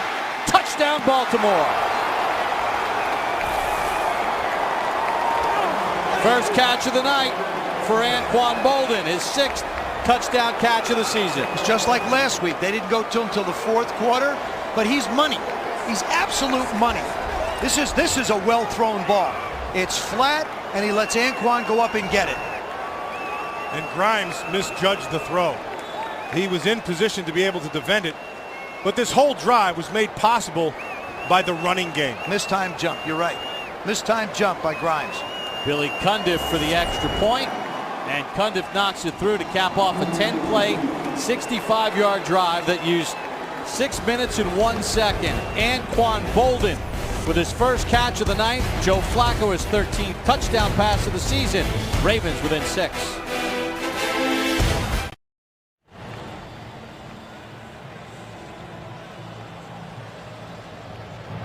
Back in Atlanta, a 10-play, 65-yard drive, a good kickoff return to get the ball out to the 35, and then Baltimore did what they do best. They ran the ball. And that's exactly what we said they had to do. They had to go back and get their feet back under them. They kind of got out of sorts a little bit, and then so they settled the quarterback down. You settle your offensive line down. So on a 65-yard drive, 51 of them are on the ground. That's the way they perform best. You have to stay true to your personality. We know who the Ravens are. Their running game, it helps out a lot there, but it helps Joe Flacco tremendously in 2 ways. One, protection, the other to see the field. Cundiff with the kickoff. Weems will have to take a knee, so another touchback for Billy Cundiff. Well, Anquan Bolden with his first catch of the night. It goes for a touchdown. Baltimore Ravens right back in this one, down 6. Great look at the Georgia Dome in Atlanta, Georgia. NFL Network's Thursday Night Football. Falcons lead the Ravens 13-7. While we were away, Baltimore was offside on the last kickoff, so they will have to re-kick from back at their own 25-yard line. Let's look at Mike Smith, John Harbaugh, the 2 head coaches. Ray Rice went to the locker room. McGahee got some of the carries on that last series. He's back to the Ravens bench. Eric Weems back deep for the Falcons, averaging 25 yards a return this season. So Billy Cundiff has the touchback taken off the board, and he'll re-kick. Good high kick, sending Weems 3 yards deep. Gets a lane to the 25 and tackled by Dewan Landry at the 30-yard line. So Roddy White and the Falcons offense back out on the field. Tonight's aerial coverage is presented by Southwest Airlines. So a 5-yard penalty turns into an 11-yard gain. Good move by the coach. Yeah. Yeah. I can do that math. I can handle that.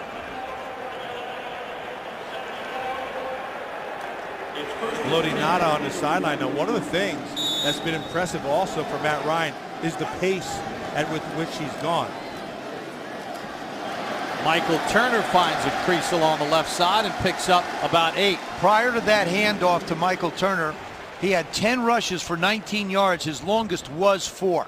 So now the Falcons are going to start to get a little bit of pounding going with their big guy. Well, they take Lodi Nada out of there. They come up to the line of scrimmage and they go quick count. You know, it's one of the things you don't see in this league a lot anymore across the board is the variation in counts. And when, you know, the quarterback, when they go quick count and then slow things down and then bang it again, it gets you off guard. Turner again near the first down, but he's going to be short. One of the things that Atlanta has done is they brought in Will Zvitek as a tackle eligible for an extra offensive lineman in that too tight look. That should be an indicator that they want to run the football, I would think. Wouldn't you? Hot tip. No, absolutely it is. I have an eye for the obvious. Well, here's the obvious. Nada back in. Zvitek goes out. Atlanta hit their only 3rd and 1 back in the first half. Haley has the first down out to the 42-yard line.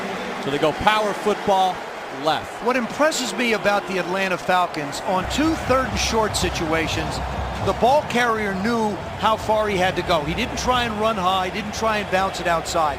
In the first half, we saw Michael Jenkins make a catch, knew he needed 3 yards, didn't try and jump around, lowered himself, and got the first down. It doesn't seem like a lot when you watch it, but boy, they picked up 3 first downs by just being smart.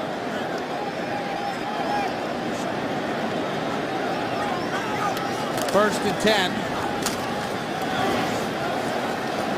And Turner gets about 1 yard. Lodi Nada on the tackle. What an impressive guy Nada is. I mean, he's a big man, 325 pounds, 6'4", but he can run, and he's athletic, and he has good leverage. He bends well. He's all the attributes you look for in a great athlete, but he's a big, great athlete. 4 straight rushes to start the drive for the Falcons. As Matt Ryan audibilizes Baltimore. Got the Ravens wondering what that is. I can tell you it's a pass.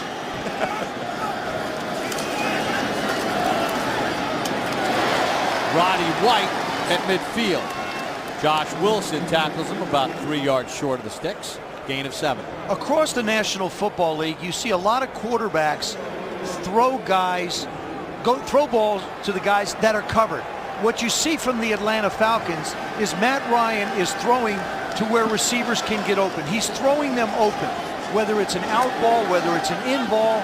He's giving them a chance to make a play, catch it, and do something with it. And he's spreading the field like right here, so you can see defensively what you're going to be given. It's 22 of 32 for 173 yards. 3rd and 2. Good protection. Now under pressure. He's going to get sacked. Terrell Suggs, 2nd of the game. There's a case we were talking about, Matt. The offensive line gave him enough time to get the ball out. The coverage didn't allow him to. Yeah, and they went 5 under. You can see everybody underneath, and they try to counter it with running our crossing routes. And the crossing routes still take time, particularly against the 5 underneath coverage. After a loss of 4, Michael Kanan in to punt. And Reed goes back deep for Baltimore.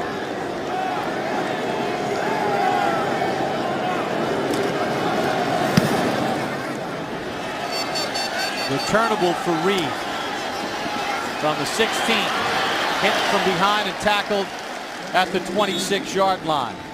Antone Smith on the tackle after a 40-yard punt. Ravens back on offense, down by 6. Ravens' last drive got them on the road to recovery, and now they have the football back, down by only 6. 2:40 to go here in the 3rd. two tights. LaRon McClain, the tailback. Flacco just kind of heaved it in space. Intended for Bolden, incomplete. Well, in the last drive, the Ravens went back to their core. 51 of the 65 yards on the ground. Dante Stallworth with a reverse. Joe Flacco runs for 13, and then he hits Anquan Bolden for the first time tonight. 5-yard touchdown pass. And after a horrible first half, the Ravens with the football down by only 6.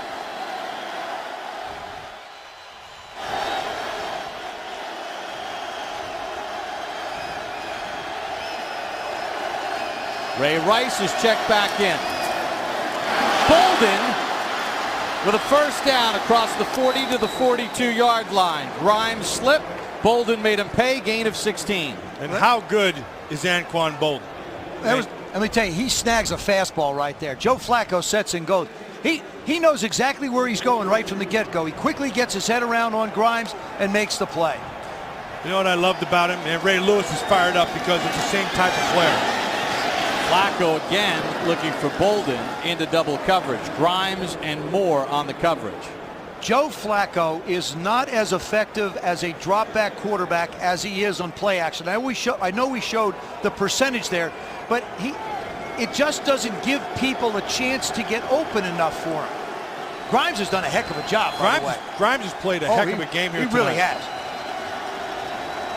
The next guy they have to think about getting involved is Todd Heap. Now that you got Anquan Bolden involved, next one should be Todd Heap. Bolden taking a breather. Dante Stallworth in motion. Flacco got hit. He had Heap wide open, but Croy Bierman put a hit on Flacco. They wanted to go to Heap, and they beat him up at the line of scrimmage first, but then Croy Bierman, 71. This guy is just pure relentless. Michael Orr looks lost a little bit, Matt. Well, they ran a stunt on him out there, and he got caught in it. They've been running stunts, and they have not been able to pick it up. You would think that Grubbs and Orr would be able to make the adjustments, but they haven't. Yeah, the other half, you're right. The other half of that part, like you said, is Grubbs. 3rd and 10 blitz. Flacco. Houshmandzadeh can't reel it in. Threw it behind him. He felt the pressure off the right side, and he threw it behind him. Joe, that's kind of been the difference here tonight, too. I mean, you know, Ryan has been on point. Flacco off just a little bit. That's open for a 3rd and 10. Truthfully, Bob, the difference has been pressure. Joe Flacco has never been able to get comfortable. Matt Ryan looks comfortable all the time. Sam Cook on the punt. Weems a fair catch. Back at the 10. 48-yard punt. No return. Now we have a flag on the play.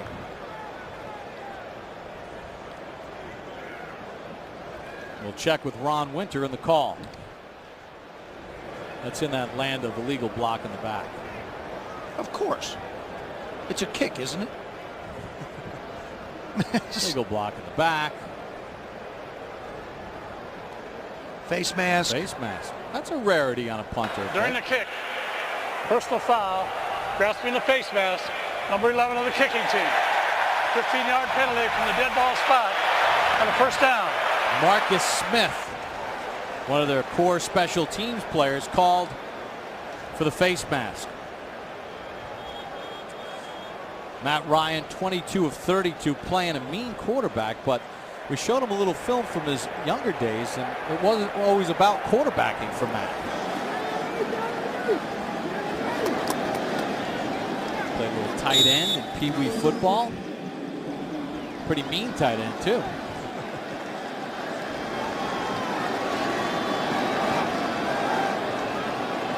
So the Falcons will start from their own 25. Ryan has a first down, a Michael Jenkins gain of 11. So we showed the film to Matt of his days as a youth football player, and you know, he got a real kick out of it. No, he loved it. And he loved it. Thought he was a better tight end. We all think we were better at something other than playing quarterback. I've always been good at eating. That's about it. And you know what? You haven't changed at all in all the years I've known you. You're still very good at that. Thank you. I noticed that at lunch the other day.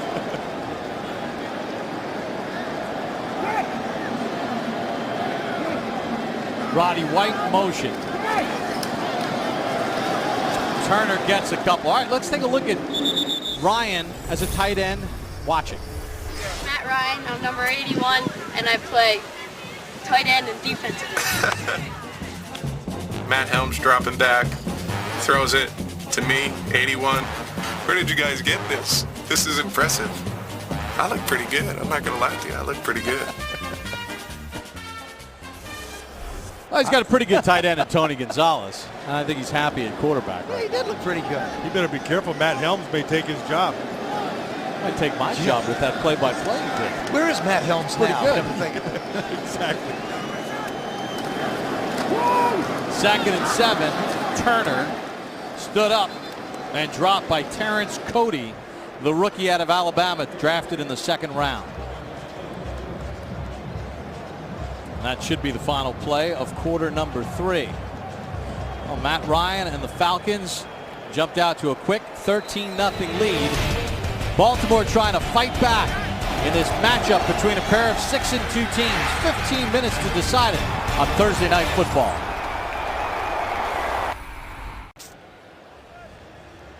Get set for the start of the 4th quarter in Atlanta. So glad you can join us on Thursday Night Football on NFL Network. The Falcons in front 13-7, facing a 3rd down here, in which they are 6 of 8 on 3rd down attempts between 5 and 8 yards. 3rd and 4 here. They've been very efficient on their thirds. Ryan under pressure. Ryan, Finneran, 1st down. That's all Matt Ryan. They had coverage. They took away his first read. He pulled it down, got pressure, bounced out, and then eyes were down the field. He knew that time. He knew that time he wasn't going to run. Remember earlier, Matt, when he took off and decided he was going to be decisive? Now all he's doing is buying time. But give Brian Finneran a lot of credit for giving him a chance to be able to go somewhere with the football. Art Monk was my security blanket when I played. Whenever I got in trouble, he would find me. Finneran, who's battled back from several knee injuries in his 10th year out of Villanova. 1st and 10 from midfield. Ryan, middle of the field. Roddy White holds on after a hit from Ed Reed. Another 1st down. Boy, Ed Reed was tracking him all the way across the field. And Ed's down. 2 Ravens are down. And 1 Falcon still standing. Ed Reed and Josh Wilson need some help. Roddy White knew he was getting hit. Holds on for a 1st down, Falcons. The Fountain of Rings in Centennial Olympic Park. Roddy White takes a hit from Ed Reed and Josh Wilson on that big play over the middle. Yeah, Ed Reed tracked it from the middle of the field. What's impressive about that hit, he went to get the hit, but then he also tried to jar the ball out. He tried to put his head on the ball. Tell you what's impressive, him holding on to it. Yeah. And Josh Wilson got shaken up. He's out. Fabian Washington in. Ryan with time. Gonzalez could not reel it in at the 23-yard line. Now there's something that's very rare. Tony Gonzalez allowing the ball to get into his body. He is a hands catcher. Everything he does, the ball is caught away from his body. This one here, he's moving and he lets it get to his body and goes right through. I would venture to say that will be the last time you'll see him use that body. You know, Tony's really trimmed his weight down. Yeah. He takes great care of himself. That is a pure pro. In his 14th year out of California. And wants to play another one.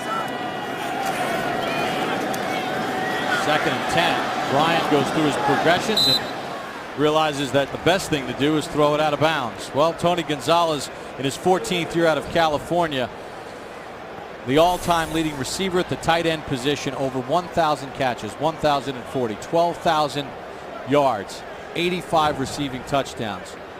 Marvelous career, 12 years in Kansas City, now in his second year in Atlanta. He's been such a key component. Ozzie Newsome, one of the great tight ends of all time. Yeah, and he reminds me of Ozzie Newsome because he doesn't play inside, he plays outside, and he's a pass receiver, and that's what Ozzie was. 3rd and 10. Snelling with a flag on the play. Dropped 2 yards short of the first down. Gain of 8. In all likelihood, they're going to call offensive lineman downfield because Matt had to double clutch to get the screen off. It was an inside screen, and they're just not going to let the offensive lineman run that far. That's what I believe it is.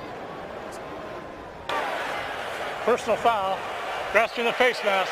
Defense number 55. I think it's going to be a face mask. And a first down. Now that I've thought about it, I agree with you. And another 3rd down conversion, this time by penalty. Yeah, who's got who right Snelling there? had Suggs face. Suggs had his and Snelling had his. Wow, that is. You defensive guys never get a call. Ever. It always goes against us. Oh, no, that's not true. This is an offensive league, and I'm offended. You're offended by that call. It's not just become that overnight, you know. So that gives the Falcons a first down in the red zone at the 13, up 6. Ryan pressured from Suggs. Snelling hit by Lewis inside the 10. Great play by Matt Ryan. Great pocket presence. I love to see that. Knows where everybody is. You know your formation. From the quarterback position, everything you do is a snapshot in a picture. He wants to go right. He wants to go up top. He doesn't have it to Roddy White, pulls it down out of the corner of his eye. He finds Snelling. But Suggs got tuned up now. Suggs gotten pressure the last few series. He felt Suggs jumped up top in that pocket and made a play. But their best pass rusher tonight on the sideline on a 2nd and 2 from the 5. Turner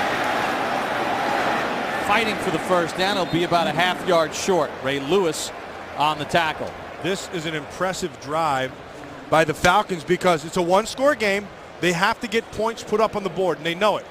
And they have just on 3rd down converted again. 3rd down has been the story of this game for the Atlanta Falcons. 2 for 2 on their 3rd and 1s. This would be a perfect opportunity because you are 2 for 2, because you've run the ball so effectively. It's an excellent spot to be able to run play action. And hit the tight end to Gonzalez. Mike Mularkey, being a former tight end, knows that. Mike Smith lets the play clock though go down to 1, and he's going to use his first time out with 11:39 to go, and his team facing a 3rd and 1. Matt Ryan's been in control. Falcons trying to add to a 6-point lead.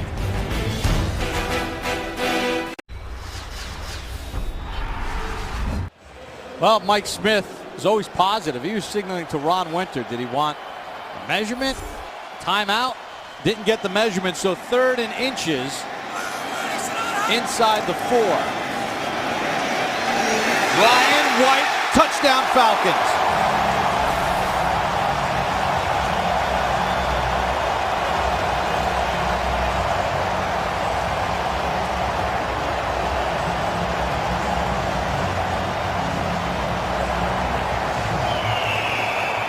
Roddy White's 6th touchdown catch of the season.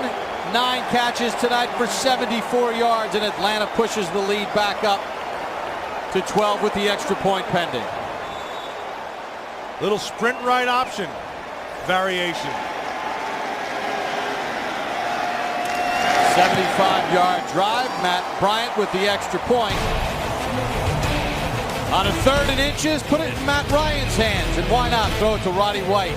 Usually good things. Mike Smith loving it. Touchdown Falcons. Roddy White. Yeah, he hit the 3, make it 7 with a touchdown catch from Matt Ryan, capping off a 75-yard drive, and Atlanta has pushed the lead out to 20-7 with 11:34 to go in the ball game. David Reed to receive the kickoff from Michael Kanan.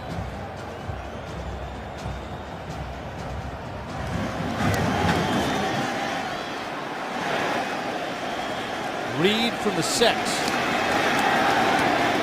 Tripped up at the 24-yard line. Matt, take us through the chalkboard. Yeah, let's take a little bit of a look at pressure and what's been going on tonight. Watch John Abraham. This is Michael Orr, 74. He's all by himself, no help to the inside.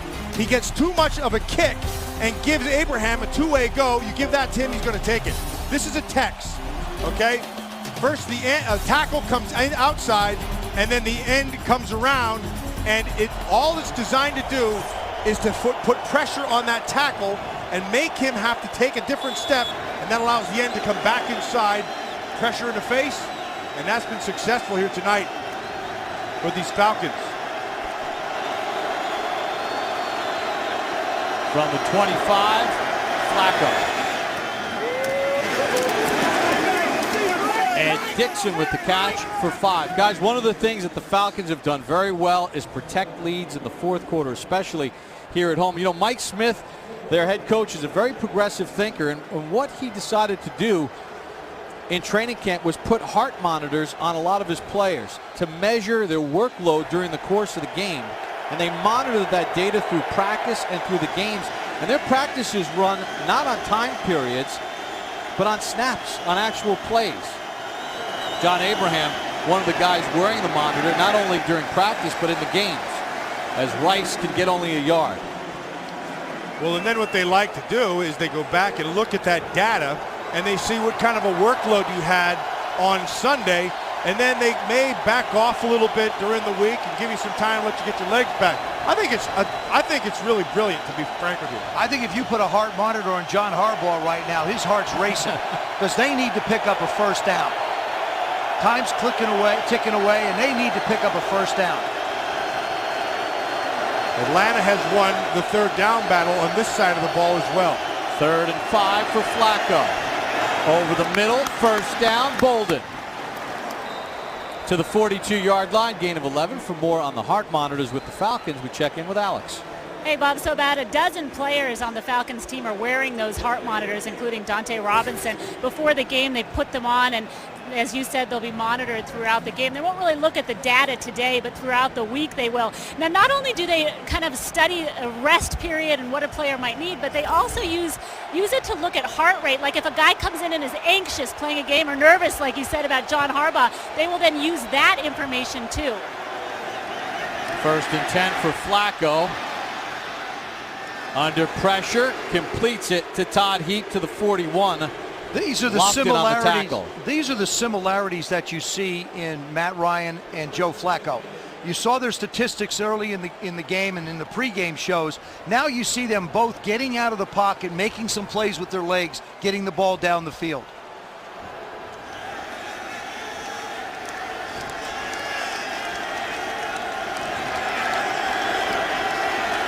So Flacco and the Ravens on a drive from the 41 of Atlanta.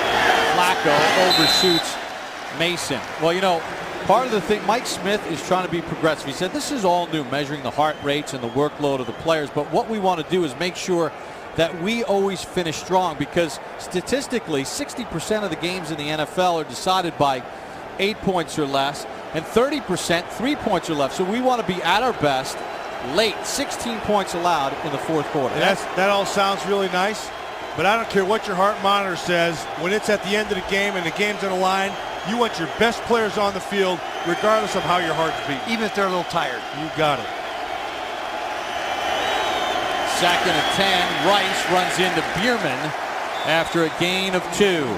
Troy Bierman's a guy not a lot of people know about, but he is really a good player. He is relentless, not very big, about 265 pounds, gets up the field really well. He plays the point of attack well. Athletic, does a really nice job of sinking his hips, and has good instincts. If you're the Ravens, you have to think of this as 2-down territory. You have to consider how many yards you're going to have to go. So you have to get some positive yards to see if you can make a decision on 4th down to go for it. 3rd and 8. Rice on the check down, first down and more to the 25. We saw Matt Ryan survey the field on that 1 down at the other end. Now you saw Joe Flacco do the same thing. Looked out to the right and then gets the ball out to the left. And there comes Anquan Bolden. Parade Jerry. Laying some lumber. Now that's on a 300-pound man. And who's standing? He just walloped him. 8th play of the drive coming up from the Atlanta 26. Flacco, Bolden, and he picks up 9. You know, it's interesting, Matt, when we were talking with Anquan Bolden yesterday, he's such a physical player. You asked him if you weren't playing wide receiver, what would you be doing? Yeah, he said, I'd be on defense, probably a linebacker. And he says, don't call me a receiver. I'm a football player. I'm a football player, and that's a big deal, okay? Because that's exactly what he is. He is a pure football player. 2nd and 1. Rice knifes through for a first down to the 11. Well, we talked about Anquan Bolden being an all-around football player. The fastest at 400 receptions, 67 games. Took Kellen Winslow 72. Fastest to 500, 80 games. Lionel Taylor took him 89. Fastest to 600, 98 games. It took Marvin Harrison 102. And he says, I have all the stats. I want a championship. He wanted to go someplace where it was a great defense, had a running game, and a great quarterback. And that's exactly what he feels like he has in Baltimore. 4 catches for 41 yards and a touchdown tonight. McGahee on the draw. Hit by Moore. Davis was trying to rip the ball out, but it's a gain of 5 for the Ravens. You know, I know a lot's been talked about Anquan Bolden and how he got over here. And all, you know, the Ray Lewis connection and all that. But here's the bottom line. They believe, just talking to Ozzie Newsome before the game, they said, look, this guy, he was our top guy. We wanted him because not necessarily could do with all of his skill set, but his attitude fits our team. This is a tough guy, and he is, and we wanted him on the team. 2nd and 5. Flacco rips it right. Touchdown, Derek Mason. So with 5:42 to go, the Ravens get back to within 1 possession. Wonderful job of protection first. And then what Derek Mason does is he keeps working. He presses this far inside. Watch what's going to happen. He's going to go far inside and then come back out. Keeps working. Plants, comes back. Nice throw by Joe Flacco. And I got to tell you, by Grimes, that is great coverage. He's close. For a double move like that, that's good coverage. Flacco put that thing right where it had to be. 2nd touchdown pass for Joe Flacco. Cundiff's extra point is good. So the numbers may be all in favor of the Falcons tonight, but the Ravens are within 1 possession. Flacco to Mason for the touchdown here in the 4th.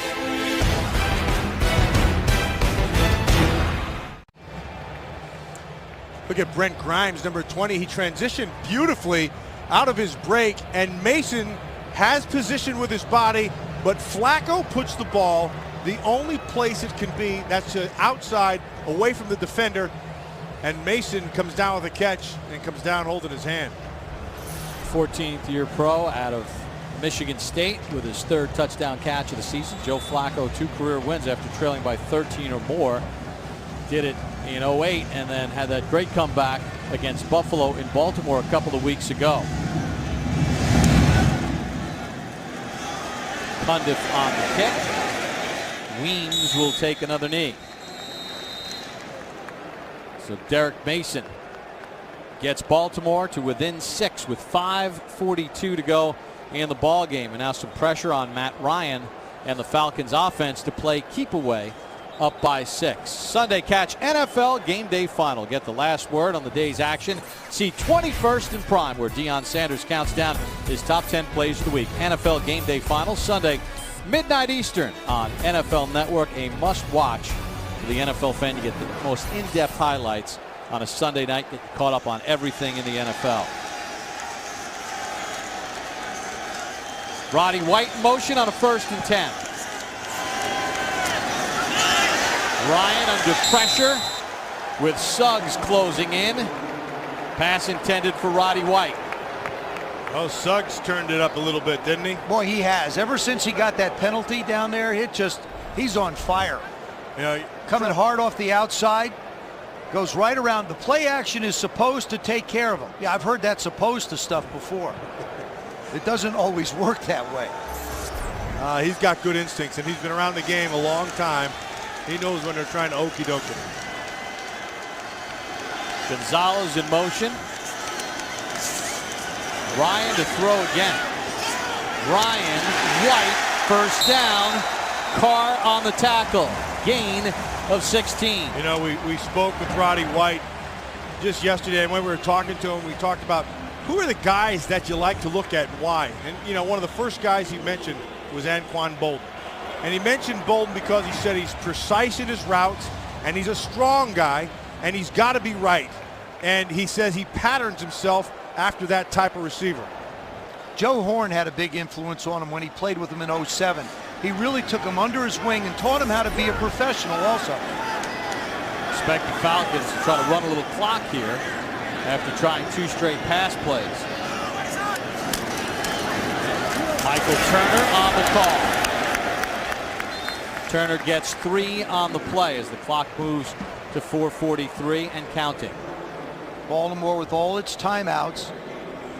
If you keep an eye on the play clock, which is at 30 right now, you'll see the Atlanta Falcons in all likelihood snap this ball somewhere in the 5-second range, taking as much time off the clock as they possibly can. And remember, this is a 1-score game right now.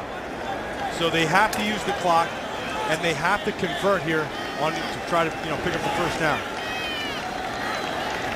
We saw the Falcons try to put it up in the air the first 2 plays of the drive, including the 16-yarder to White. Snelling to the 42, gain of 3. Snelling missed a great opportunity there with his vision. If he'd have been able to break it to his right, to the outside, he had some area to run. Here we go to another one of those crucial third downs where the Falcons have been so efficient all night. Yeah, but in this range, they haven't been that efficient. Between 2 and 4 yards, they're only 1 for 3. Owner Arthur Blank watching anxiously. This is a big down right here. Big down for Baltimore, yeah, exactly, and for Atlanta. White in motion. Got him. Pressure. White dropped it. He had the first down and he dropped it with 3:19 to go. All right, that's a huge drop for the Falcons. Clock stops. You don't need to use a timeout. You'll have the 2-minute. Ball's thrown a little bit far outside, but this is still a catch. Oh, it's in his hands. That should be an easy catch. Yeah, he just ran. They just tried to stack behind Gonzalez. They got what they wanted. And he dropped it. Ed Reed, who has a punt return for a touchdown in his career, waits back at about the 11.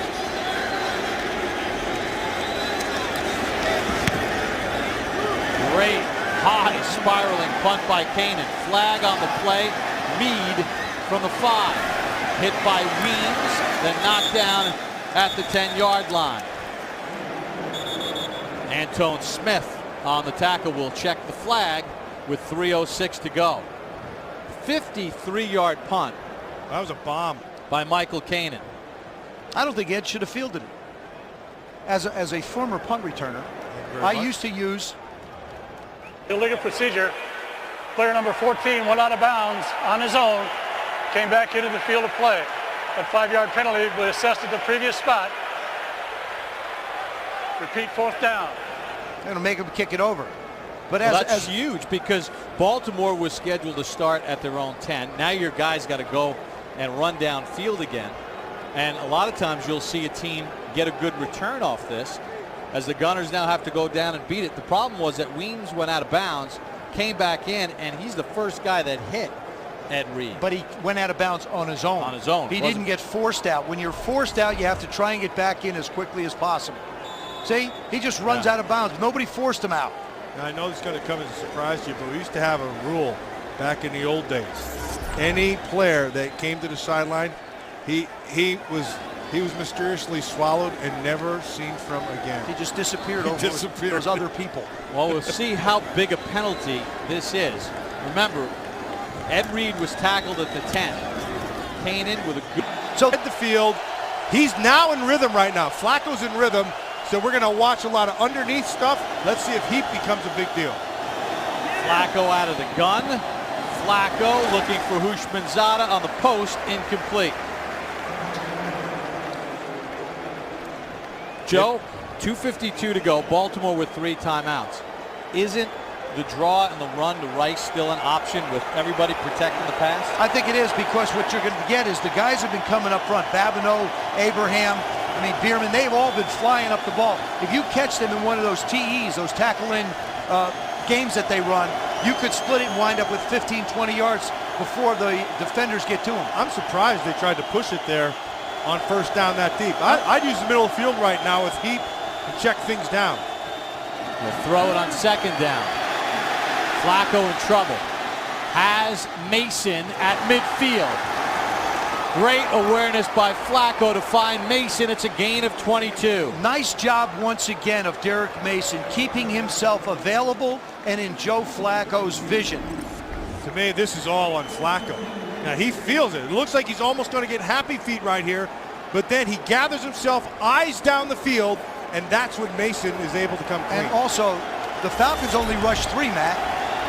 So now you got a chance to find some holes. Atlanta trying to protect a 6-point lead, 2:43 to go. Pass deflected and incomplete, intended for TJ Houshmandzadeh. I think John Abraham got his hand up and tipped it. He's played himself a good game here tonight as well. He's put pressure on all night. He's jumped inside. He's taken things in a short route the whole time, and here you get his hands up and knocks that thing down. Hey, Matt, right, as a defender, if you can't get there, get your hands up, right? Absolutely. Now, this guy's been doing it for a long time. Now the crowd knows it's a big time, too. Ray Lewis told us, I have all the confidence in the world in my young quarterback. Find Todd Heap.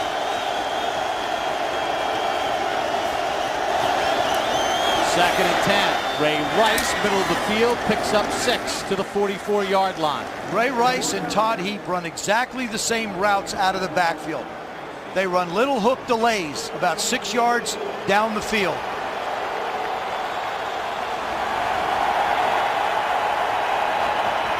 Last loss after leading by 13 or more in the fourth quarter, 1989 at Green Bay. Deion Sanders, who was honored at halftime, was on the Falcons that day.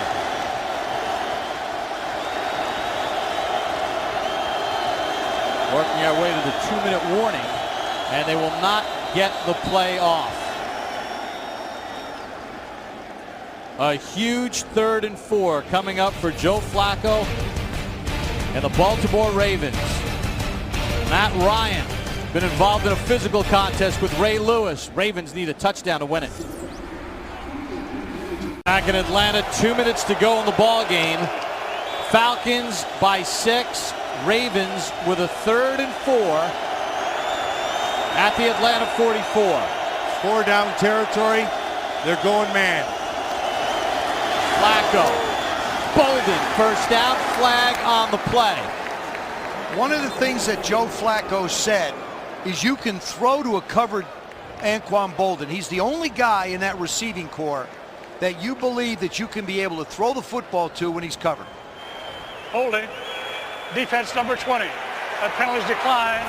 Result of the play is a first down. When your quarterback has confidence in a receiver, the windows shrink because they believe he's going to come down with the ball. And you saw it right there. I mean, he was completely covered.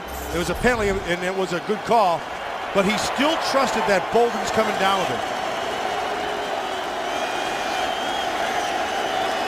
6 career game-winning drives in the fourth quarter or overtime, 3 this season. 1st and 10. Screen for Ray Rice, gets a block.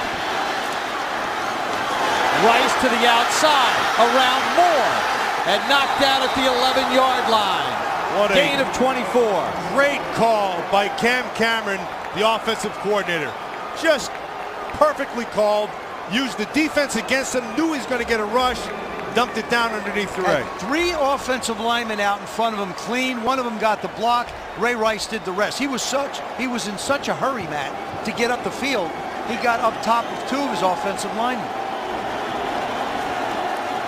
From the 11, Ray Rice picks up about 3 on the play. All right, so now you're Atlanta. You got 2 timeouts. Baltimore is 3. You got a $1.10. Mike Smith's just used one of his last 2. The other part of this is, you know, if they're This happened with Mike Holmgren one time. Let them score fast. You can get the ball back and give yourself a chance. I don't believe in that, incidentally. All right, let's send it over to Rich Eisen. Rich? Well, Bob, I'm walking and talking to let you know what's coming up on the post-game show presented by Kay Jewelers. Full highlights of this game and getting you set for the rest of Week 10. That's clearly getting off to a nice start. We'll also have a live guest on the set, but that's still up for grabs depending on who's going to win this game. All right, Rich, and your NFL weekend starts right here on NFL Network. John Harbaugh's team has hung in there, down by 6, 1:10 to go. The Falcons have been going man to man. Last time down, they got the ball to Derek Mason. You know you're gonna double Anquan Boldin. The best way to give him an opportunity to make a play is put him in the slot. Now they have him up top next to Todd Heap, giving Joe Flacco a couple of options. 2nd and 8 from the 9. Rice motions. Flacco, end zone, Todd Heap, touchdown. We knew he was going to get to him eventually, but here's the thing. They may have scored a little too fast. Let's see. They got over a minute to go with a timeout. I don't agree with that. I don't think there's ever scoring too fast. You've got to put it on your defense. If that's who you are. That's what they're doing. If you're the Ravens and that's who you are, put them out on the field. Now, it's a tie ball game. Billy Cundiff, perfect this season on extra points. And now since we're under 2 minutes, this is going to be reviewed. To see if he had control. Have control in the end zone on the catch. You saw the ball come off his hip at the end of that last replay. This is a booth review. We're inside of 2 minutes. We'll be back with the replay challenge. Are we tied or not?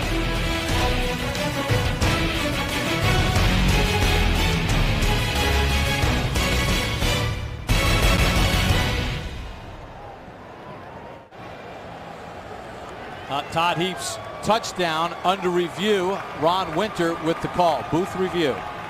It's a touchdown.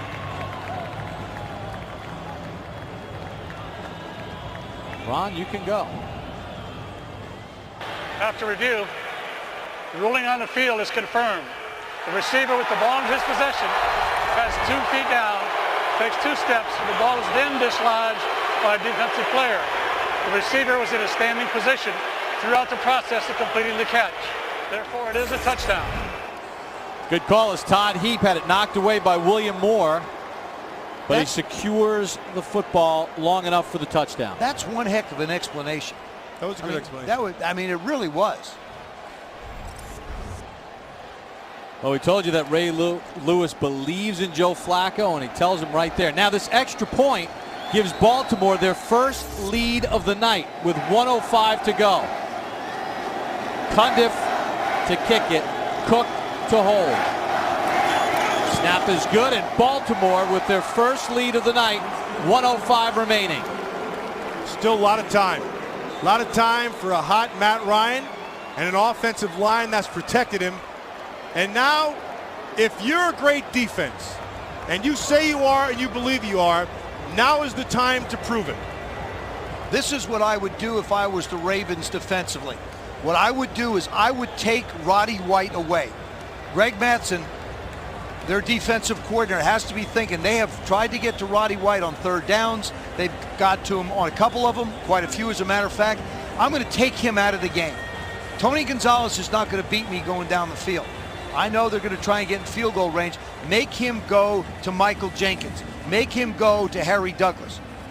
Make him go to Brian Finneran. Don't give him the chance to get to Roddy White. Well, coming up after the game, the Kay Jewelers postgame show with Rich, Dion, Marshall, and Mooch.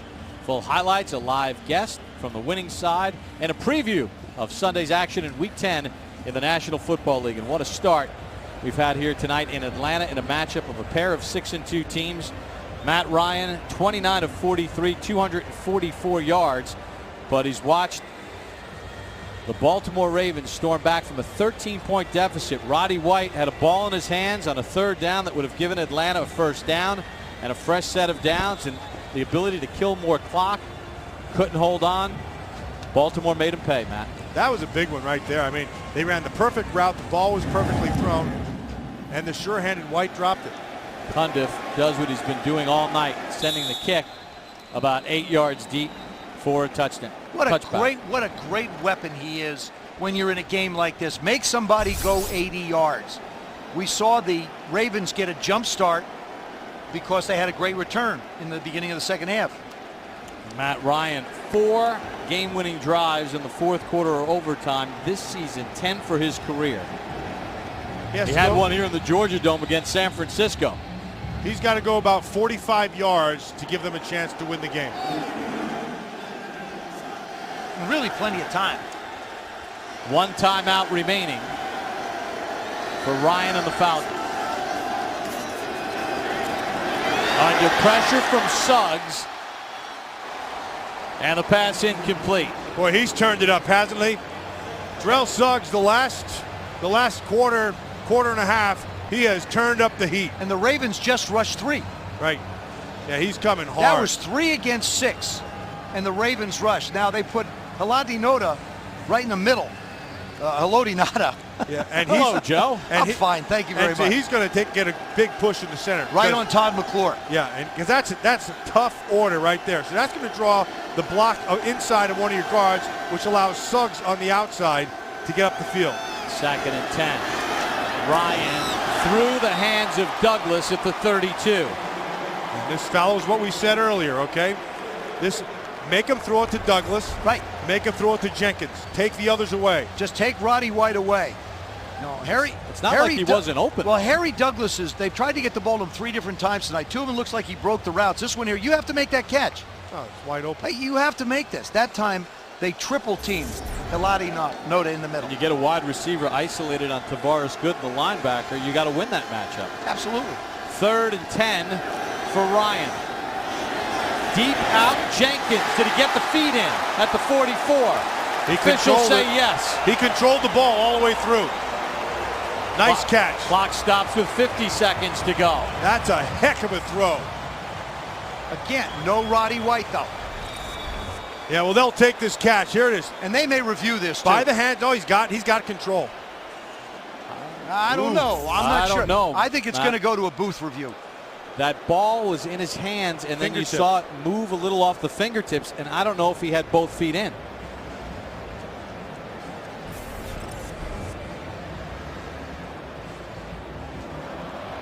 Regrips it. That looks pretty good. This is one that could go either way. Yeah, okay, right. Ball hits the fingertips. Does he re-grip right there? Well, he's going to try to pull the thing in. But he never does. No, but I mean, watch his fingers. He's going to hold it in his fingers. He's caught it with his fingers. And he controls it with his fingers. He's going to try to bring it into his body. But see if the ball was moving. I would say that is not a catch. Once they look at it, they're going to see the ball moving in his hands, and they're going to determine it is not a catch. Let's see, right here. He's got it in his fingertips. Go ahead. And he keeps control with Drags his the right foot. Yeah, he controls it with his fingertips. And look, he keeps it in his fingertips through the end of the catch. I know. I'm looking at this. I'm just telling you, it looks like it's moving. He definitely dragged the right foot. No the left question. foot was in. The feet are down. There's no question. It's does he have control of the ball all the way through the catch?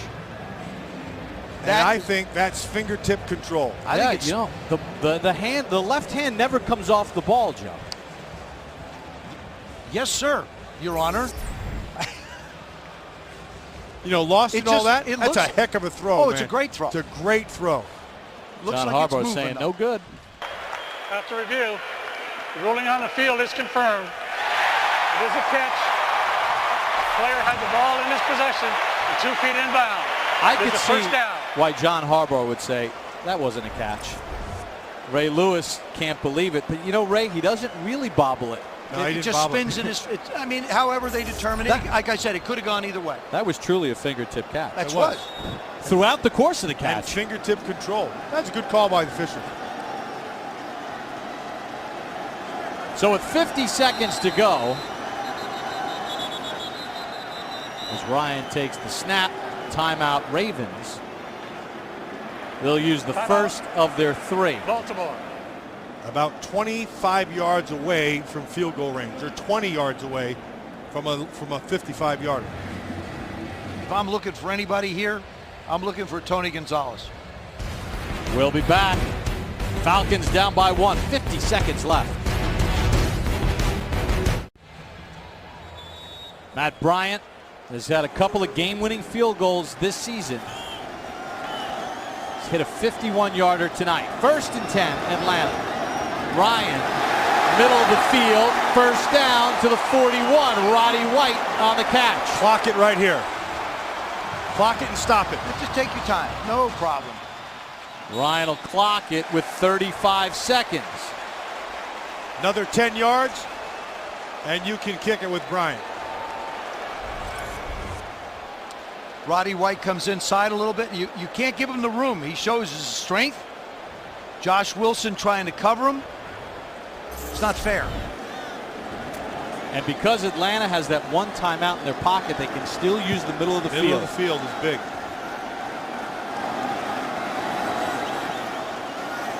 Watch Nada in the middle over McClure. Blitz. They pick it up. Roddy White had it, lost it, incomplete.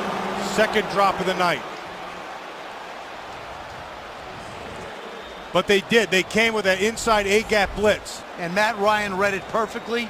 Put the ball absolutely on the money. Roddy White turns his head at the last second. And it gets away from him. Remember, White had the big drop on the last possession for Atlanta. On 3rd down. On 3rd down.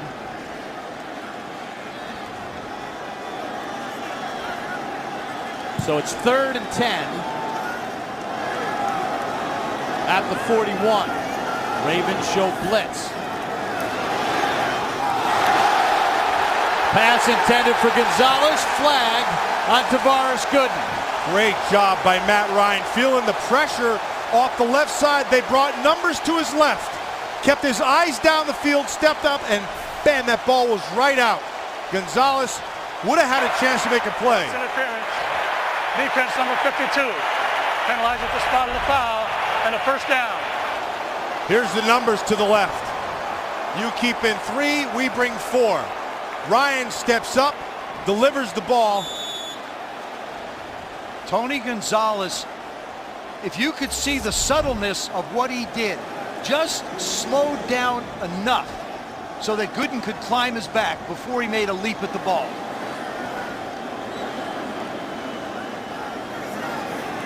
Blitz again. 1st and 10. Ryan. Roddy White. He'll walk in. Touchdown Falcons.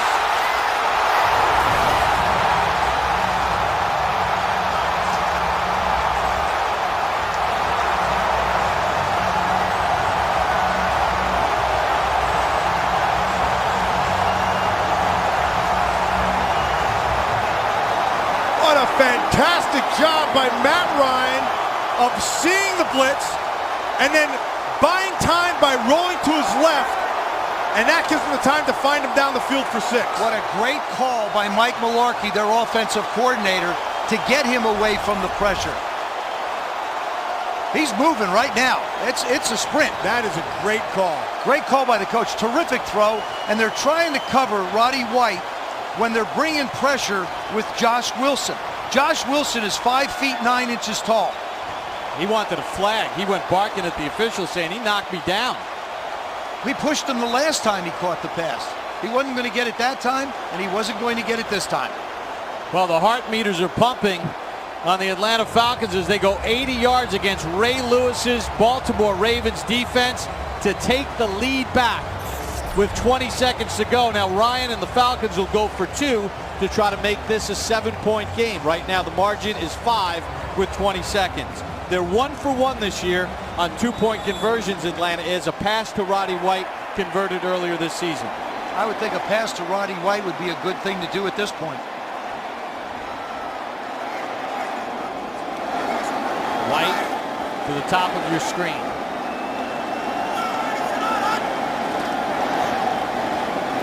Snelling intercepted by Ed Reed. It's just a dead ball. And the professional game that is just an attempt failed on the 2-point conversion. So with 20 seconds to go, Atlanta goes 80 yards on 7 plays in 40 seconds. Now this is something to think about. This is something else to think about, Joe. 2 blown leads this year by the Ravens defense, 3 last year. That's 5 blown leads. Tonight could be 6 in the span of 25 games. Yeah, but that took an entire season last year. You're only halfway through right now. The thing that's important on this kickoff, if you're the Ravens, you have to get to the sidelines, and you can't try and make a big play.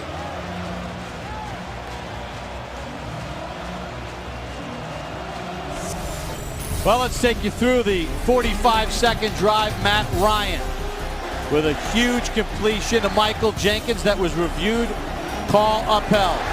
Roddy White with a first down catch. Then with the boot, Roddy White open, touchdown Atlanta,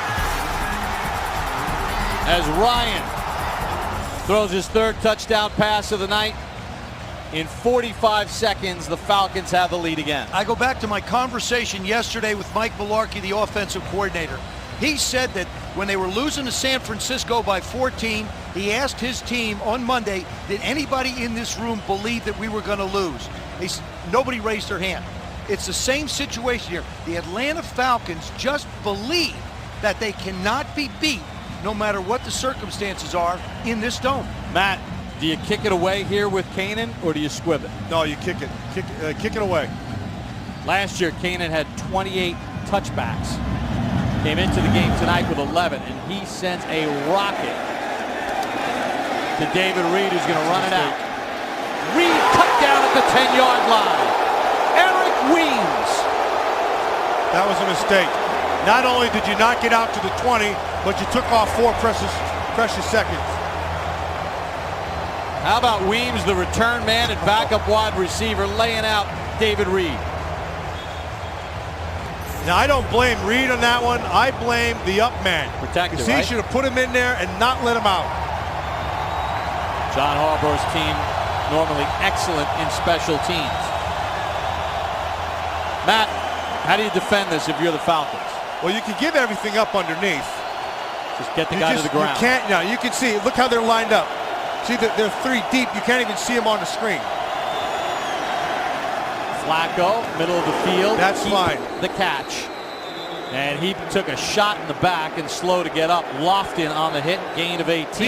That'll 9 seconds. That'll cost them a timeout right there because they're not getting up. Being a defensive guy, you'd say that's fine. But if you're a wide receiver going up and exposing yourself, you throw it like high in the middle, you get them killed. Oh, no, and I'm not debating that. I know that. It's fine that they can throw it underneath. That's fine. You'll give that up. 9 seconds they'll left. They'll give up 2 more.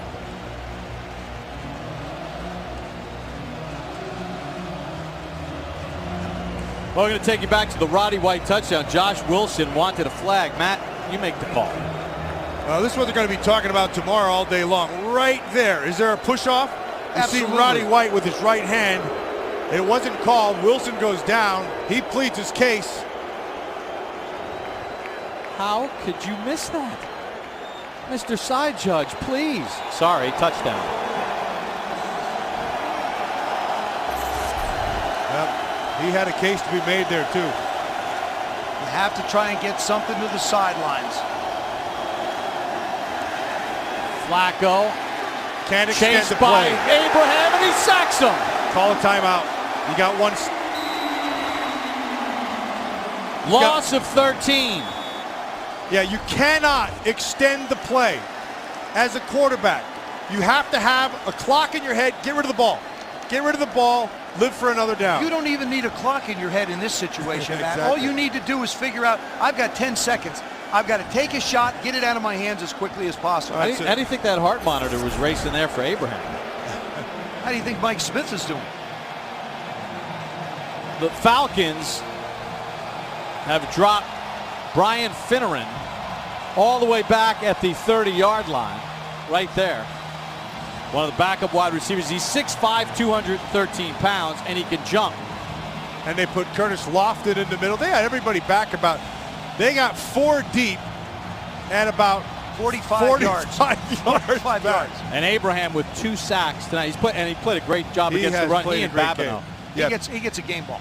Yeah, and I'll tell you that entire front was impressive tonight. They got pressure when they had to. They rushed with 4 and got there. and they handled the running game. And remember, Joe, at the start of this game, Ray Rice was running pretty well, and then all of a sudden he dried up. They talked about the fourth quarter. When we sat and visited with Mike Smith yesterday, a lot of the conversation had to do with how we play in the fourth quarter. That's why they'll rotate 7 guys through on the line. And Matt, you asked the question at the start of the last drive. This is where you find out if you have a championship defense. The Ravens gave up 80 and a touchdown. And the flip side to that, this is where you found out that you got a pretty good offense. And a heck of a young quarterback. Bingo. Matt Ryan with 50 attempts, 32 of 50 for 316 and 3 touchdowns. Now a flag in the play. Now. Offense has 12 men on the field. Broke the huddle with 12.